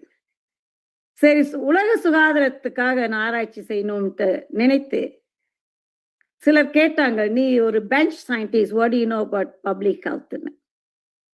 போயிட்டு MPH பண்ணப்பதான் in global health policy and management. Okay, even with that ஏதோ ஒரு குரல், நீ ஒன்றும் உன்னுடைய பாதையை கண்டுபிடிக்கல அப்படின்னு கேட்கும்போது அந்த குரல் எங்க அப்பா வடிவில் வந்தது. எங்க அப்பா வடிவில் எதிரொலித்தது. எங்க அப்பா தமிழுக்காக வாழ்க்கையை அர்ப்பணித்தவர், வள்ளலாரின் பாதையில் வழி நடந்தவர், அன்பில் பக்தியில் சேவையில் உயர்ந்தவர். 2011 நம்மை விட்டு சென்றார். அவர் போனதற்கு பிறகுதான் அவர் சுமந்தது என்ன என்று உண்மையாக புரிந்தது. தமிழின் மீதான அவர் அன்பு கலாச்சார அலங்காரம் அல்ல, அது ஒரு ஆன்மாவின் பணி. உணர்ந்தேன், அவர் மகளாக பிறந்தேன் இந்த ஒரு காரணத்திற்குத்தான் என்பதை உணர்ந்தேன். இந்த தந்தையின் அடிச்சுவட்டில் நடக்க வேண்டும் என்று, தொடர்ந்து தடம் பதிக்க வேண்டும் என்ன அதிகமாய் ஆழமாய் என்று. இப்போ நான் நிறுவனங்கள் எப்படி கட்டப்படுகின்றன என்று அறிந்த பின் நுண்ணுயிரியல் துறையை நிறுவினேன். ஒரு மருத்துவக் கல்லூரியை முதலிலிருந்து கட்டுவதற்கு உதவினேன். 3 பட்ட மேற்படிப்பு திட்டங்களை உருவாக்கியுள்ளேன். அதற்கு என்ன தேவை, என்ன செலவாகும், என்ன வேறொன்றுவதற்கு முன்பு பல ஆண்டுகள் போராட்டம் என்று தெரியும். So you know, anything to start anything is a struggle. It takes time. Okay. And it's going to be a struggle for what I propose to do. Though Tamil is spoken by many, there is no Tamil degree outside Malaysia, Sri Lanka, Singapore, and India. Okay. So I could not accept that. Okay. So அது கூட என்னால் ஏற்றுக்கொள்ள முடியல. பல ஆண்டுகள் அதை யோசித்து பலரிடம் பேசி இறுதியில் நான் ஒரு தனி நபராக இதை செய்ய வேண்டும் என்று முடிவெடுத்தேன். 2025 ஜனவரி 1ஆம் தேதி புத்தாண்டின் முதல் நாள், புதிய அத்தியாயத்தின் முதல் தொடக்கம். நான் தமிழ் மற்றும் தமிழர் புலம்பெயர் ஆய்வு நிறுவனத்தை மயாமியில் நிறுவினேன். So it's a Tamil and Tamilar Diaspora Research Institute, an independent institute in Miami. 3 months later, I formed Tamil and Tamil Diaspora Foundation as a 501c3 entity. It's mainly because we want to do both, not just focus on language, it's also focus on our culture and things. So Tamil மொழி அது தொன்மை, இலக்கியம், கலை, பண்பாடு ஆகியவற்றின் கல்வி ஆய்வு, பாதுகாப்பு, உலகளாவிய மேம்பாட்டிற்கு அர்ப்பணிக்கப்பட்டது. தமிழ்நாட்டின் கரைகளை தாண்டி, இலங்கையை தாண்டி, சிங்கப்பூரை தாண்டி உலக தமிழ் இதயங்கள் துடிக்கும் ஒவ்வொரு மூலையிலும் உயிரோட்டமாய் பாய்ந்தது. ஆனால் அது எப்படி தொடங்கியது என்று தெளிவாக கொஞ்சம் சொல்ல வேண்டும். நான் தனியாகவே தொடங்கினேன். ஒரு சக்கரத்தால் மட்டும் பாதை முழுவதும் எதிர்ப்பாளர்கள் நிறைந்த சாலையை கடக்கவே திணறும் ஒரு வண்டி போல. ஒரு பெண் என்ன செய்ய போகிறாள், இவளுக்கு எப்படி முடியும், தடைகள் மலை போல் இருக்கின்றனவே. அது என்னை தடுக்கவில்லை, என்னை இன்னும் உறுதிப்படுத்தியது. நிறுவனத்தை உருவாக்கினேன். என் சாத்தியமான நல்லவர்கள் என்ன சொன்னார்கள் தெரியுமா? 1 வருடம் கழித்து வாருங்கள், சில வெற்றிகளை காட்டுங்கள், அப்போது ஆதரவு பற்றி யோசிப்போம் என்று சொன்னார்கள். வாய் வழியாக ஆதரிப்பதாக சொன்ன சிலரோ என் தொலைபேசி அழைப்புகளையே புறக்கணிக்கின்றார்கள். Basically, they told me come back with some success, and those who said give me lip service now won't even pick up my phone, won't even respond to my calls. Okay, and I know I will have the last laugh. அப்போதுதான் தேடினேன். இந்த பயணத்தை முழுமையாக்க 3 பேரை கண்டுபிடித்தேன். திரு பாலா கண்ணன் கலிபோர்னியாவில் துணைத் தலைவர், அவரின் துணைத் தலைவராக, மருத்துவர் ரேவதி சேம்புலிங்கம் சென்னையில் என் துணைத் தலைவராக, முனைவர் நாகலிங்கம் பாண்டிச்சேரியில் என் துணைத் தலைவராக. அவர்கள் 3 பேரும் இளைஞர்கள். அவர்கள் ஆதாரம் கேட்கவில்லை, தொலைநோக்கை கண்டார்கள், என்னுடன் கை கோர்த்தார்கள். ஒரு சக்கரம் 4 ஆயிற்று. இப்போது வேகமாக செல்கிறோம், நிலையாக செல்கிறோம். இந்த வண்டி முதல் துறைமுகத்தை பத்திரமாக அடைவதை உறுதி செய்வதே என் இலக்கு. இன்னும் பல துறைமுகங்கள் முன்னே இருக்கின்றன, அவர்கள் எடுத்து செல்வர் என்று நம்புகிறேன். இது ஒரு ஆரம்பம் மட்டுமே. It is just the beginning. நான் மலேசியாவில் பிறந்தேன், அமெரிக்காவில் வாழ்கிறேன். 34 வயதில் முதல் முறை இந்திய மண்ணில் தடம் பதித்தேன். ஆனால் தமிழ் எனும் உணர்விலேயே எப்போதும் இருந்தேன். தமிழ் என்பது நீங்கள் பிறக்கும் இடம் அல்ல, தமிழ் என்பது உங்களில் பிறப்பது. இறுதியாக உங்களுக்கு விட்டு செல்கிறேன் என் சொந்த வார்த்தைகளில். கண்மணி சொன்ன மாதிரி 2 ஆண்டுகளா கவிதை எழுத ஆரம்பிச்சிருக்கு. I'm very proud that I can now write poems in Tamil. இந்த மொழிக்கான, இந்த சமூகத்திற்கான தம் தென்னை மரத்தின் அடியில் நின்று நிலாவை நோக்கி கனவு காணும் ஒவ்வொரு இளம் தமிழ் பெண்களுக்காக அன்னை தமிழை கடல் கடந்தேன், உலகின் விளிம்பை தொட்டேன், உன் வெண்கரங்கள் என்னை ஒரு நாளும் கைவிடவில்லை. உன் சொல் என் தந்தையின் எதிரொலி, உன் அன்பு என் தாயின் ஒளி. என் மக்களின் கண்களில் உன்னை தேடினேன், விண்ணிலும் மண்ணிலும் நீ இருந்தாய். அறிவியல் வழிகாட்டியது, தமிழ் எனக்கு உயிர் தந்தது. இரண்டும் சேர்ந்து எனக்கு ஆற்றலும் மன வலிமையும் தந்தன. இது என் பணி, என் பரம்பரைக்கு நான் தரும் கொடை. வாரீர் கேளீரே, யாதும் தமிழே, யாவரும் வாரே. I want to read the English version of it. So, oh Mother Tamil, I crossed oceans, I touched the edge of the sky. Your sacred hands never let me go. Your voice, the echo of my father. Your love, the echo, the light of my mother. I searched for you in my people's eyes, in the heavens and on this earth. You alone, you alone were there. Science showed me the way. Tamil gave me my life. Together they gave me strength and the will to go on. This is my mission. My gifts to those who come after me. Come, O my kin. Come, let us establish Tamil in the heart of the world. It's not enough for Tamils to say Tamil is great. We need others to say Tamil is great.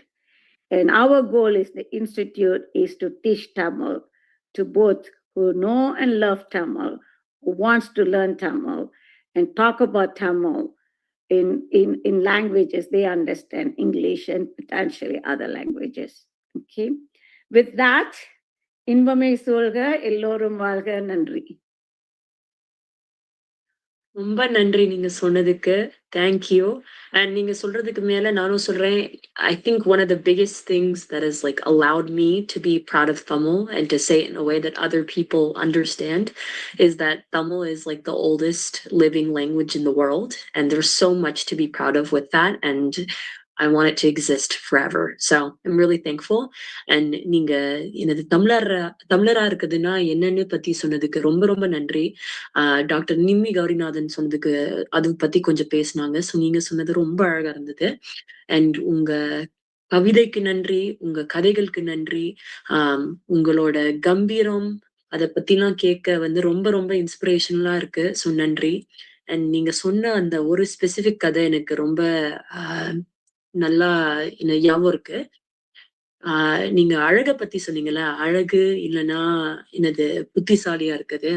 எனக்கு ஞாபகம் இருக்கு, எனக்கு 12 வயசா இருக்கையில எனக்கு ஒரு தடவை நிறைய மனசுல வந்து ஸ்ட்ரெஸ் இருந்தது. நான் எதர் அழகா இருக்கணும் இல்லைன்னா புத்திசாலியா இருக்கணும், ஒண்ணுதான் இருக்கலாம், எதை வந்து நம்ம எடுத்து பிக் பண்ணலான்னு வந்து எனக்கு நிறைய அப்படியே என்னது சோகமா இருந்தது, ஸ்ட்ரெஸ் இருந்தது. சோ நீங்க அதை பத்தி பேசுனதுக்கு ரொம்ப ரொம்ப நன்றி. And thank you. நம்ம தேங்க்யூ ஸோ மச். அண்ட் இப்ப ஆடியன்ஸ்க்கு வந்து ஏதாச்சும் கேள்வி இருந்ததுன்னா நம்ம பேனலிஸ்ட்க்கு நீங்க ஜூம்லயே வந்து ஹேண்ட் ரைஸ் பண்ணி கேட்கலாம். So please feel free.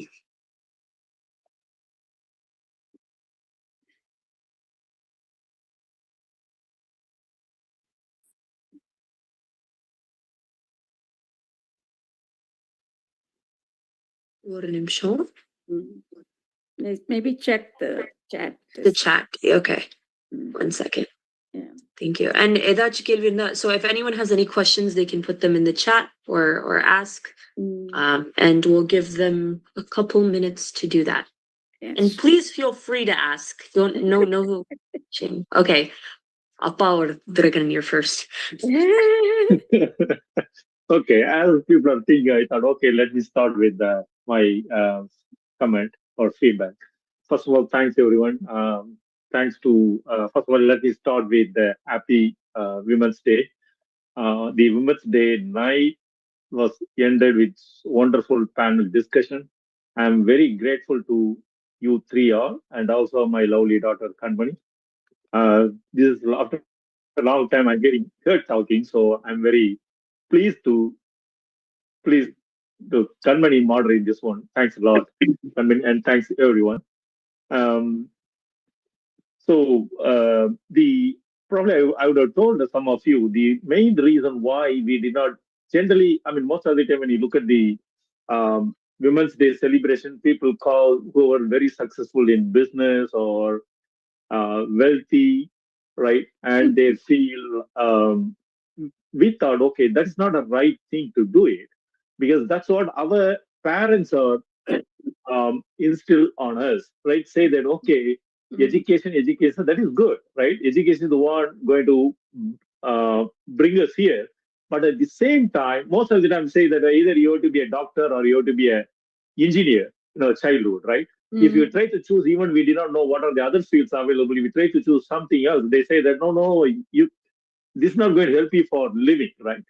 So our organization, we talked about it, and we thought probably we need to go in a different direction. And also we are a diaspora, right?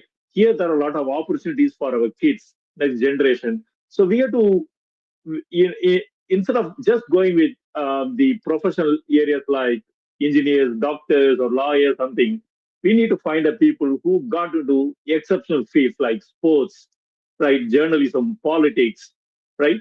And also feminism, labor rights, those kind of things, right? So last 4 or 5 years, we are finding people to do this event. It is really very hard to find a people, right? We search for days and weeks, and every year we find few people. Initially, we started with a couple of college-going kids, Tamil kids who got into international games like ping pong and wrestling, women wrestling. Women wrestling really, I was very amazed to hear that, okay, there was a Tamil women wrestler in America, right? And also she participated in international games. And we try to find journalists, those kind of people. And my other motivation is, we know Jews here, right? If they sneeze, then not only America, even the world crumbles, right? So probably we need to go to all the places. The Tamil community also, not only education, right? We need to go to all the places so that we will be very powerful community, be a diaspora, Tamil diaspora, very big diaspora. So that's the thought behind bringing this event. And also this event, we don't put language as a limitation. We say that, okay, speakers, they can speak either in Tamil or English, whatever they feel like, right? That said, today's event was very, very wonderful event. I really enjoy, and really, I'm very thankful to you three for your wonderful speech. Thanks a lot. Let me start with us. I haven't seen anybody else raising their hand, so let me start with a question. First of all, question to Nimmi and Jeeva, both of you. The field you've chosen, right? Kalai, I will come to you. The field you've chosen, right? It's very difficult. For the same reason I told you, right? Our parents has to, okay, go into education, doctor, engineer, something like that. But you've chosen a different field. Even in America, we see that even Tamil community also, there are a lot of domestic violence, all those things. But still, they are not getting help. But there is not much help for them, right? Considering all those things, how did you, you gave your reason to choose in the field. My question is, what kind of feedback you receive from your own Tamil community, whether they are encouraging you or discouraging you, what kind of feedback you received? Question to both of you. Who wants to start first? You can start, Nimmi and Jeeva. I'm happy to answer quickly, and then I may have to go. Unfortunately, it's a bit late here, but I will. I think for Olam Tamils, it's a little bit different. There's also, yes, there is the doctor, engineer, the sort of traditional path, but there's also the fear of getting involved in politics, right? So I think obviously my parents left because of the war, and my uncle was a senior member of the Tamil party there. So I think the first reaction of my parents was not as much a conservative sort of doctor, she should be a doctor, but it was more like, we did all this to bring this child over here, and this idiot's going back to the island and studying politics, right? So I think there's a lot of fear in how they reacted to to my choice to do that, the community has always been incredibly supportive of me in terms of sharing their knowledge, sharing resources, sharing the men and the women, you know, they're very, very supportive of the work that I do. The only thing I would say is that, you know, for both of your questions, or so for both aspects of the question, I think it's important to say that rather than saying that these are not like spaces of power or fields that are oriented towards power, it's simply that we're reading power from a different place and in a different way, you know, because you would have a number of the diaspora who thought the best thing to do was to like raise a bunch of money to have a conservative politician, right, representing the Tamil struggle, whereas we were at that stage, you know, we could get 20,000 to speak to Barack Obama himself, right, because he wasn't that big yet, or you know, again, looking at the question of gender, like if you can, rather than saying like, okay, well, you know, we have to think about how to ally with some of these very problematic, you know, whether it's Israel or others, to get more support for the Tamil struggle. Like we were in spaces where we could organize with some of the biggest Black feminists in the US, and that's a very powerful thing, right? So I think, you know, the PhD, particularly even the field of literature or poetry, you can create a platform and be elevated in a particular way that your access to power is far more valuable than the traditional modes of engaging in power, right? And so I think that's part of the push, is not just to say that we chose something different that is less visible or less powerful or less professional, but that we are so committed to a struggle that we excelled in this profession in a way that has more power, right? And I think that's particularly for young people is important to know. Thank you. Yeah, I think my situation is a little uncommon in the sense that this part is not the uncommon part. Amma have always been huge supporters of whatever I chose to do. I was very lucky in that. I don't have a PhD. You know, I went to undergraduate. I was always very clear about what was interesting to me, but I had no idea what kind of career could feasibly be like made out of studying, you know, immigrant and labor history outside of academia. And I knew that that was not the place that was for me specifically. I think I was, even in this sense, lucky to go to the US educational system despite its many, many flaws, because I was not a student who would have done incredibly well in the Indian education system with like mass memorization and, you know, a huge amount of very important testing, right? It's not that those kids are not learning an incredible amount. It just like probably wouldn't have been very easy for me to navigate. I think, yeah, the biggest thing was finding avenues for me to do the work that I wanted to do and learning about other people who are doing forms of that work. I think also I will push to say there's a lot more respect I have from the Tamil community now that I am a professional organizer, right, in the NGO space, for better or worse. But I'm not doing necessarily incredibly better work than I was 3 years ago when I was a bartender organizing with the Asian Pacific American Labor Alliance on the side, right? I think we have chemists and politicians and businessmen who do like incredible, like contribute to the Tamil community by translating, by creating different institutions, and that is recognized as their kind of important work outside of what they do professionally.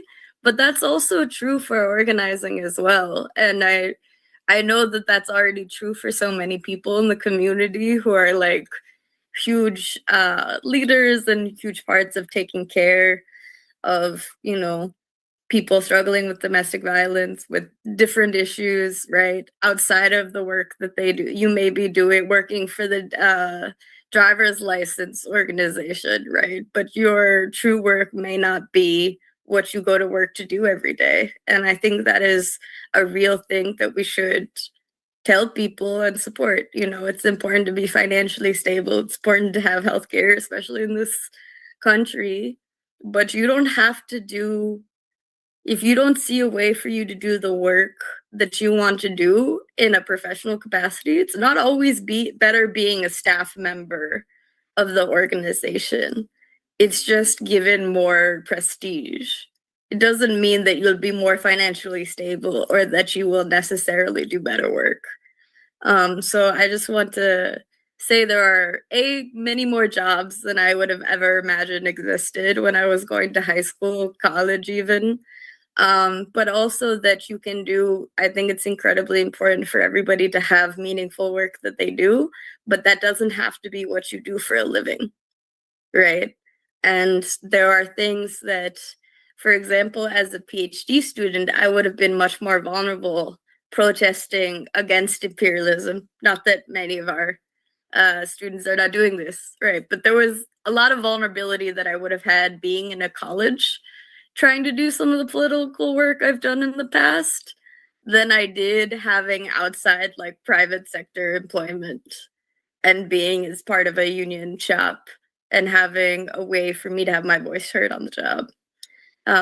So I want to uplift our community members who go into the service sector, especially because it's a very underrated thing, especially also the folks who do things like home care, physical therapy, right? Like really essential jobs in the healthcare and like community services field. They do not get the same respect as doctors do, right? You can make a huge difference in somebody's life doing.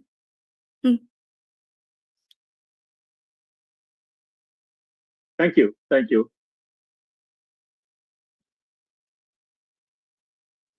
There is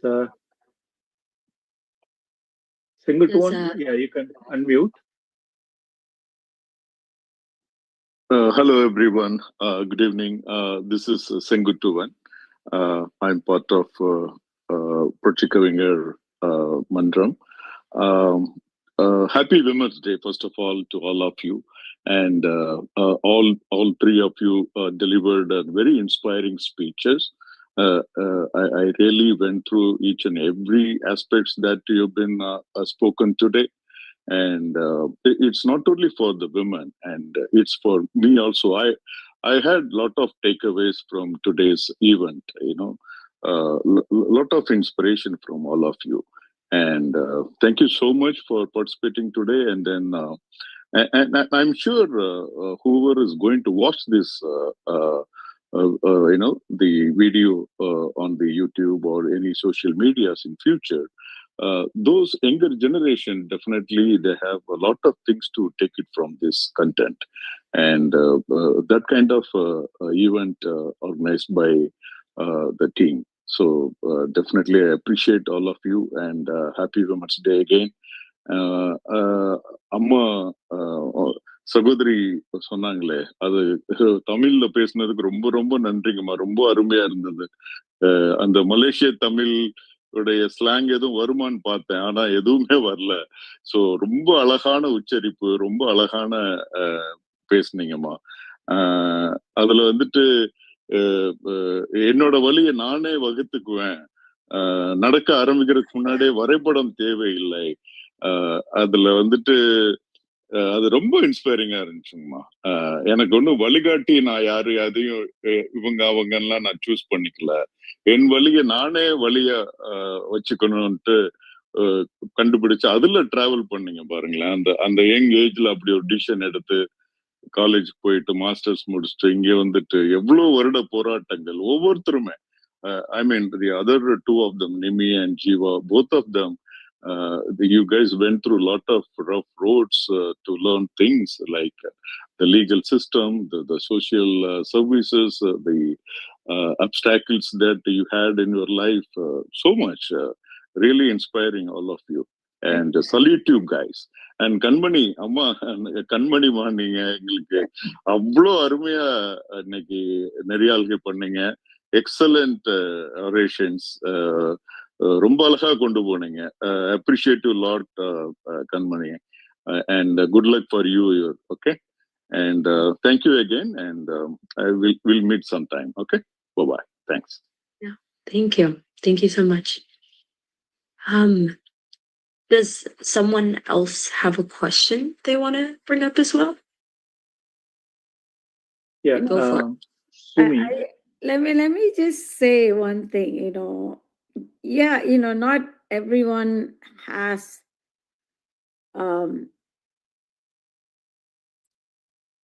sometimes I think, you need the grits to succeed. And not always, not everyone has the grits, right? Maybe, and sometimes the grits is planted in you because your family is, your family suffered, right? So they transfer the genetic imprinting to fight to succeed. But then there are times you really need role models. So one of the things that I would like is to see that all the other Tamil women can look at us and say, we can do it too, right? Nothing can stop us if we decide what to do. Manam irundal markam undu, right? So you just have to focus on the thing. No matter what you do, and I always say, you talked about, being a doctor and being an engineer is the thing that people look up to. No, you have to find what you're passionate about. Find your passion. It can be somewhere else, far from what you're doing or forced to do. In கீழே படிச்ச ஒவ்வொரு மாணவர்களுக்கும் அதான் சொல்லுவேன். If you're passionate, nobody will ask you to do the work you do. You will do it because you're passionate about it. So I'm passionate about what I do. So I work very hard, but I'm enjoying it because I'm passionate in what I want to do, what I want to succeed. But the passion doesn't have to go away as you age either. Okay, so I would leave two big messages. The young people, find your passion. The older people, don't lose your passion. நிறைய பேர் retire ஆயிட்டு they don't know what to do. And their health drops, okay? So you really need to think about, continue to keep the energy and passion going, and you will stay healthy, okay? And we all, and the younger generation, you do not know how women feel. Remember, you may have a sister, a daughter, who will have to face the same discriminations, the same stares, the same groping, right? And we all went through that. We all learn how to stand up on our own. அப்ப அண்ணன் கூட இருக்க மாட்டாங்க, அப்பா கூட இருக்க மாட்டாங்க. நாங்க தனியா தான் அதுல சண்டை போனோம். ஆனா உங்களுக்கு குழந்தைகள், பெண் குழந்தைகள் இருந்தா, bring them up to succeed, bring them to be the warriors, and let's be the woman warrior. Thank you. That's rightly said, ma'am. Yeah. Thank you. You mean to say not only youngers, even the elders also, to make life very meaningful till the day we go away. So that is fantastic. Yeah. Thank you. Thank you. அடுத்ததாக Sumi. Hello. கேக்குதா? கேக்குது. Yeah.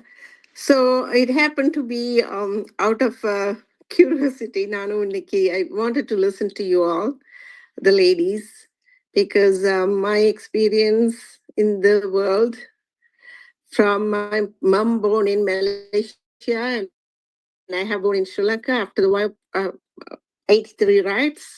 We were teenagers, moved to study here in US, New York. So now my children are in their 30s and they have been, as a single mother, so everyone go through a lot of struggle to establish themselves, study, and above all to do what they have to do. But what I actually see is, I know first generation who comes here without no support, establish themselves really hard, work hard, ready for anything. But the second generation is given a platform. Not everybody is not applying it correctly. What I see now is the passionate about things. இல்லாட்டி என்னன்னு சொல்றது அந்த feminism கொஞ்சம் கூட வருதா. It is whether power seeking as a feminist is damaging our Tamil culture. Because I see younger boys are struggling a lot.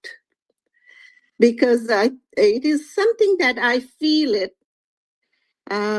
Women are strong. I am a mother of a girl and a son too. They are strong now because given everything. In future, being considerable for everything, like ஒரு நல்ல ஒரு future Tamil கம்யூனிட்டிக்கு வர வேண்டும் என்று சொன்னா there should be more understanding and அந்த values கொஞ்சம் கொடுக்கணும் போல எனக்கு I feel it. So I just in the timeline I wanted to highlight on that. There are so many people that they cannot even find a partner to marry. That's how I see it, right partners to marry. But there are struggles and also it's not lasting long. It is unfortunate. I mean, I also feel the same, like you all. It is something that we all should think about it, and the services Kalai Mathee is doing. I wish I could have Nimmi's and Jeeva's and Kalai Mathee's connections, if you don't mind. Being 44 years in this country, I have been involved in many things too. It cannot be sealed it in one quick job, but everybody can have the rights to raise their emotions and feel the way that they think. But it is something that collectively, opening the arm, everyone can reach to something very useful, especially women has more power nowadays. But it could be justifiable. That's how I think. If I am wrong, please tell me.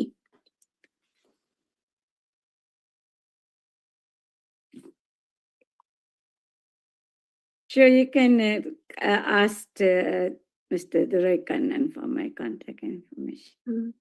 Sure, thank you. And Nimmi was this very sensitive about the work that she was doing. I just Googled it quite right away to see what she's doing. I'm proud of her too. Yeah, Jeeva too. Yeah, probably you can post your contact in the chat.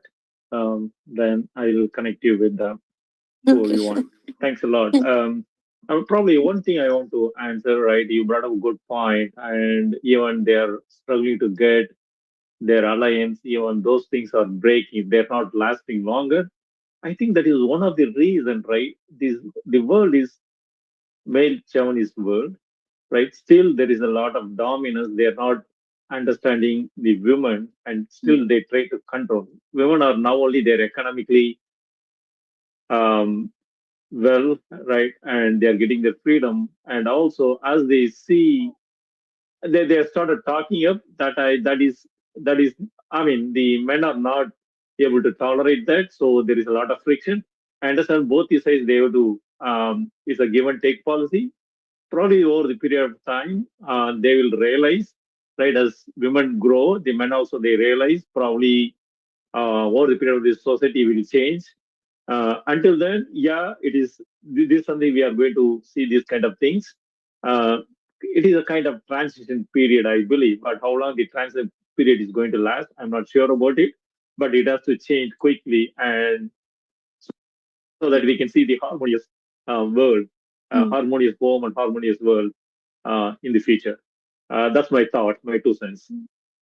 I think there is a real alienation, right? That especially many men are feeling, where they don't see themselves as able to fulfill a traditional role, right? And they feel very isolated from community support, from friendship, right? There's constant pressure, constant, like with social media, right? There's constantly a feeling of missing out, I think there's a lot of anger that men are turning inward and also outward, right?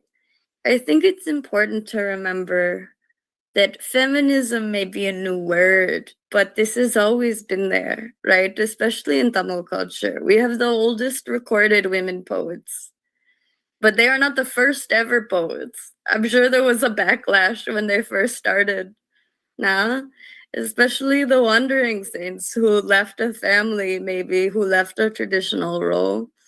And when women entered the workforce, there's always been, right, this transition. I think patriarchy, right, does not just hurt women. It also requires men to kill a lot of different parts of themselves to not look weak, right? That is painful. That leaves scars, right? And it may be like the women in their life were telling them to do this. We all have different internalized things, but it is painful. It leaves scars. And if you take one concrete example, right, many women from Kerala come to US to do nursing. It's a very important part of our nursing program, right? A lot of them marry men, and the women are the primary earners of the household. And some of the men are good at adapting and becoming the primary caretakers of the kids. And then there's also a lot of tension by other people who are from other partners who are feeling like, oh, I am isolated in the US. I'm gone from all of my family support structures.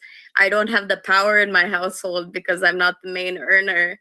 And I feel like I have lost everything that I was supposed to do as a man. The fact is, you're married to somebody who's helping to support your family, right? You have a stable income. It's a good situation. You have time with children that your parents did not probably have. Your father probably did not have the same amount of time with their kids, right? There's a potential. You can explore new things. You can enter new careers that men were not supposed to do in caretaking, right? There are many different things. It opens the possibilities for everyone, but it also requires being open to the fact that that means change, and that means reconsidering what you put your value in, right? What does success mean? What does being a real man mean? What does it mean to be a strong man in your community? What does it mean supporting other people? Does it mean, making sure that the people in your community are taken care of? That hasn't changed. You just can do in different ways. So I think there's a lot of alienation. There are a lot of struggles. But I think this is also something that men need to support each other around. A lot of this is because of loneliness. I genuinely think a lot of these young dudes who became Trump supporters second time around just went on the internet during the pandemic, got lost in some forum and never came back. I don't think we ever got them back. And they became, Trump, Elon Musk fans, and now, they're supporting people getting kidnapped off the streets, even though these are the people who are fighting for the same thing they wanted. I don't know if that answers your question, but I think I hope that was helpful. Wait a minute. I don't know what to say for this, but yes, the technology and COVID and many things made a difference, but I don't see that. I know it's Women's Day, and we, as women, everybody has strong skills and have gone through many challenges, overcoming many things, which is very appreciable. In the meantime, I'm also thinking it is as a coordination of effect, reaching out to the right people and getting things done, pulling it together to make a difference is something that every woman should look into also. I feel it that way. Same thing for men too. Finally, there is say எல்லாரும் ஒரு தாய் பெத்த பிள்ளைகள் தான். But whether you are different in the countryலயா இல்ல வேற countryல இருந்து வந்தீங்களா, எந்த countryல இருந்து வந்தாலும், because the results is probably எல்லாருமே ஒரு நல்ல ஒரு செயலுக்காக தங்களை பணித்தால் நல்லது, அதுதான் நடந்து கொண்டிருக்கு. அதே நேரம் இந்த மாதிரி நல்ல செயல்கள் இப்போதைக்கு இதுகளை வந்து கேட்கறதுக்கு என்று சொல்லி ஒரு பெரிய கூட்டமே இருக்காது, because people are busy on their activities. So that is what I thought. It is great that I'm really thankful seeing you all today speaking. It is nice. Thank you. Thanks you joined this session. Please keep joining our future sessions also. Finally, Chitrachandaleka, you raise your hand. Now you pull down. If you want to ask a question, probably you are going to be a last person going to ask question. So,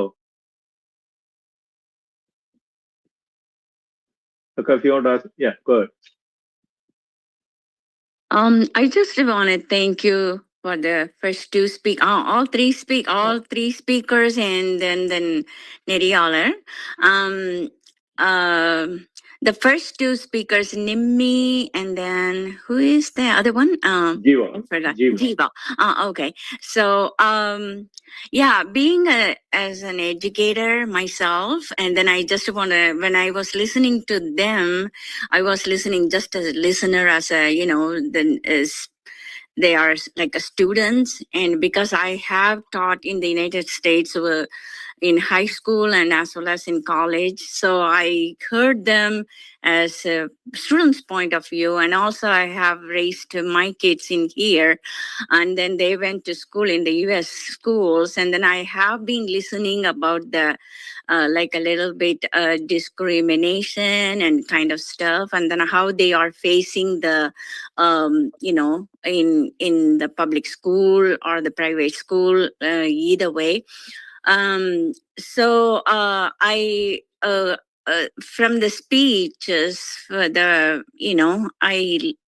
heard the words that being a Tamilian and Tamil or Tamilian, and then is that the most struggling part, or being a woman, or being an Indian, or being a Tamilian? Which one is the most affected fact? That was one question, major question, and holding the questions, and then I just want to appreciate the third speaker. அவங்க வந்து தமிழ்ல பேசினதுக்கு மிகவும் மிகவும் நன்றி.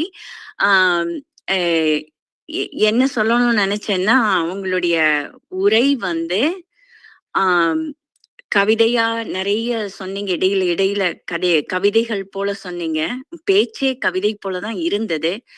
அதுக்கு முடிக்கும் பொழுது நான் நினைச்சேன், உங்க வாழ்க்கையே கவிதை போலதான் இருக்கு.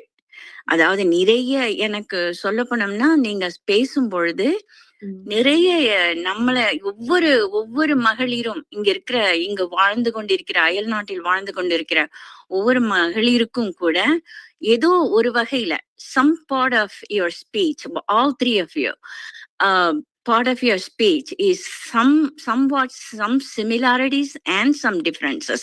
Basically different stories, but lot of a little portion of your stories is being for everybody, all women, and have the similar stories, somewhat similarities is there.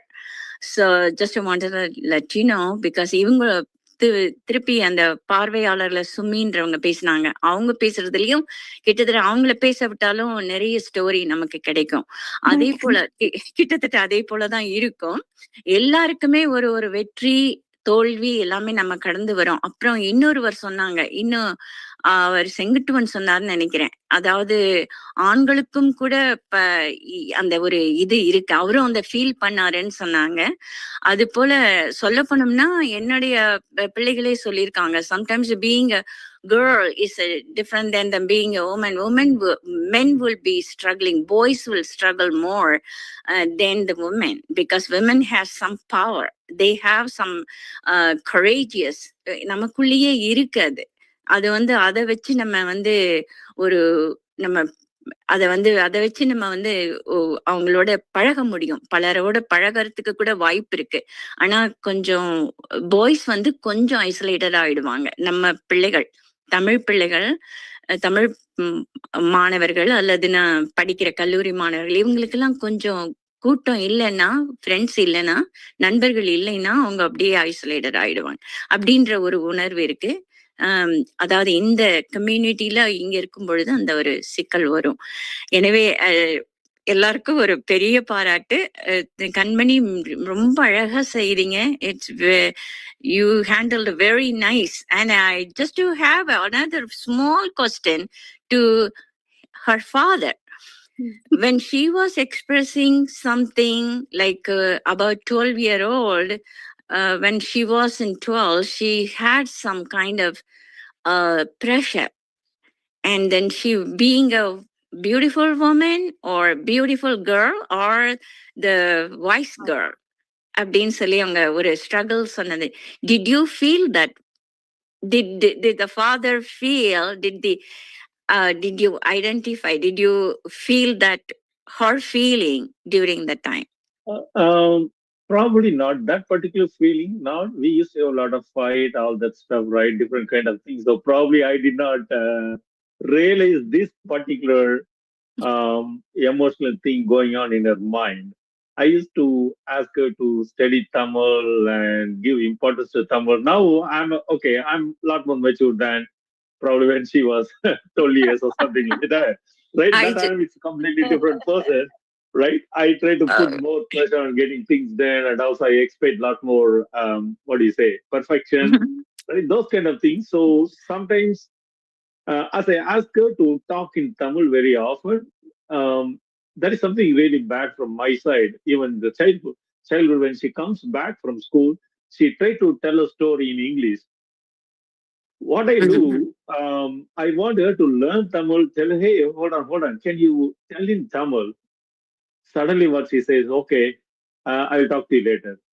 Right? This kind of things. Right? Later it felt very bad.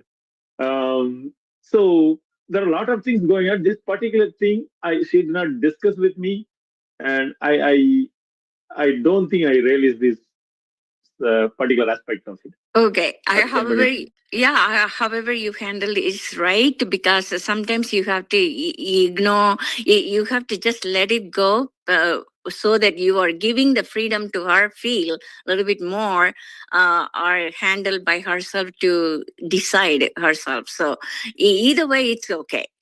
And another thing, அவங்களுக்கு தமிழ்ல express பண்ணி சொல்ல முடியாது.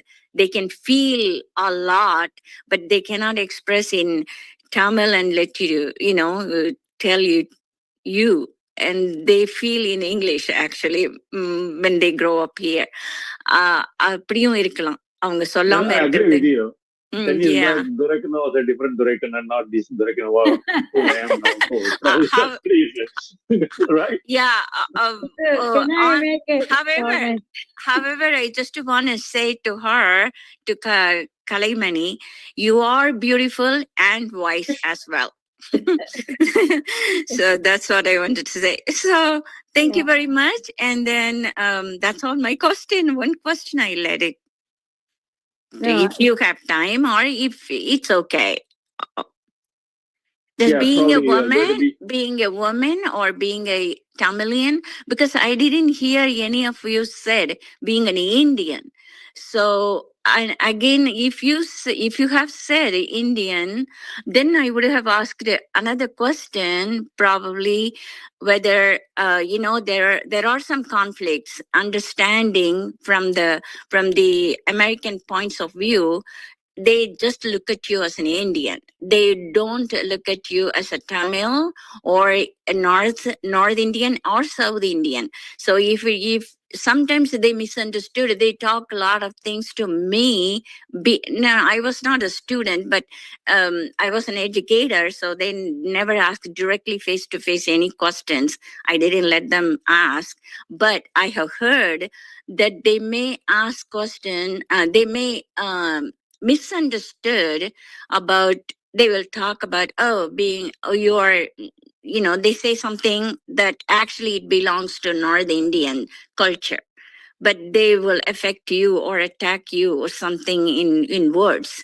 But at that time, the Tamil, being a Tamilian, they may have some kind of conflicts they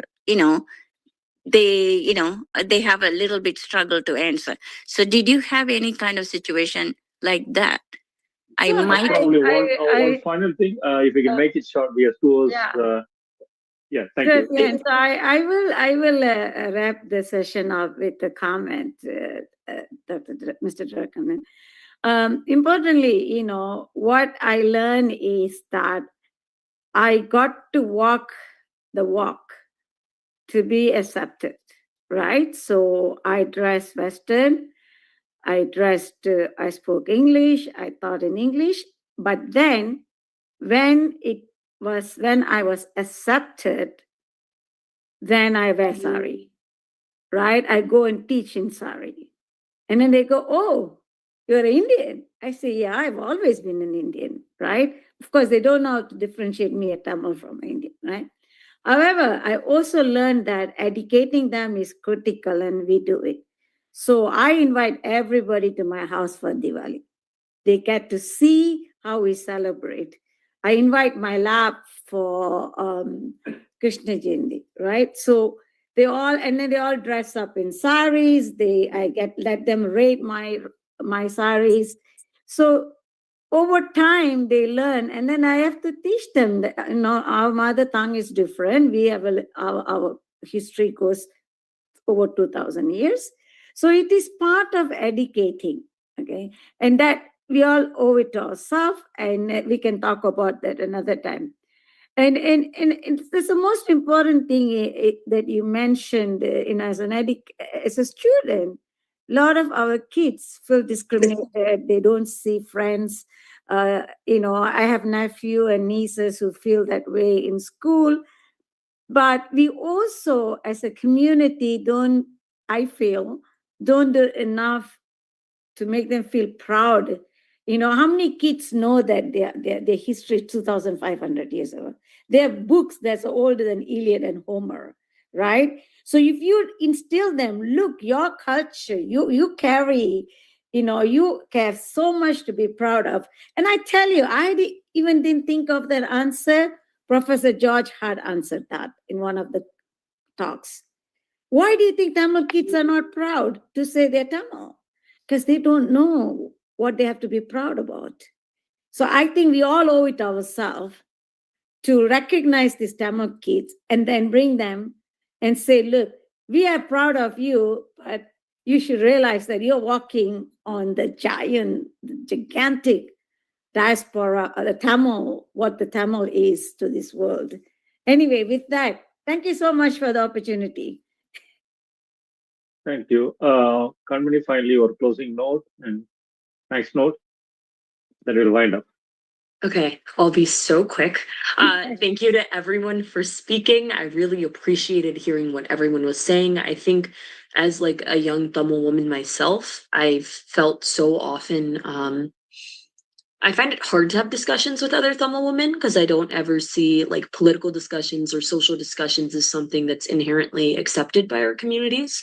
So I'm so excited to be here today.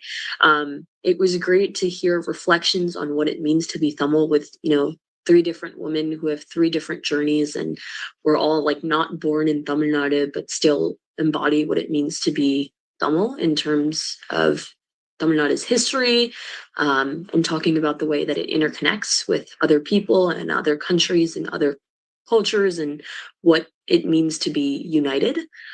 So I really appreciated that. And I hope there's other young girls listening as well and understand that, you know, it's okay to like identify with the Tamil woman title and to research and to learn more. And, you know, even if it might not seem inherently or immediately accepting, there is a space for you. You just have to find it. And, you know, everyone is so excited to hear your thoughts and your ambitions. And to summarize what everyone I think was saying, and specifically what Dr. Kalai Mathee was saying, you really do not have to cut yourself down to fit into some sort of box or put yourself down.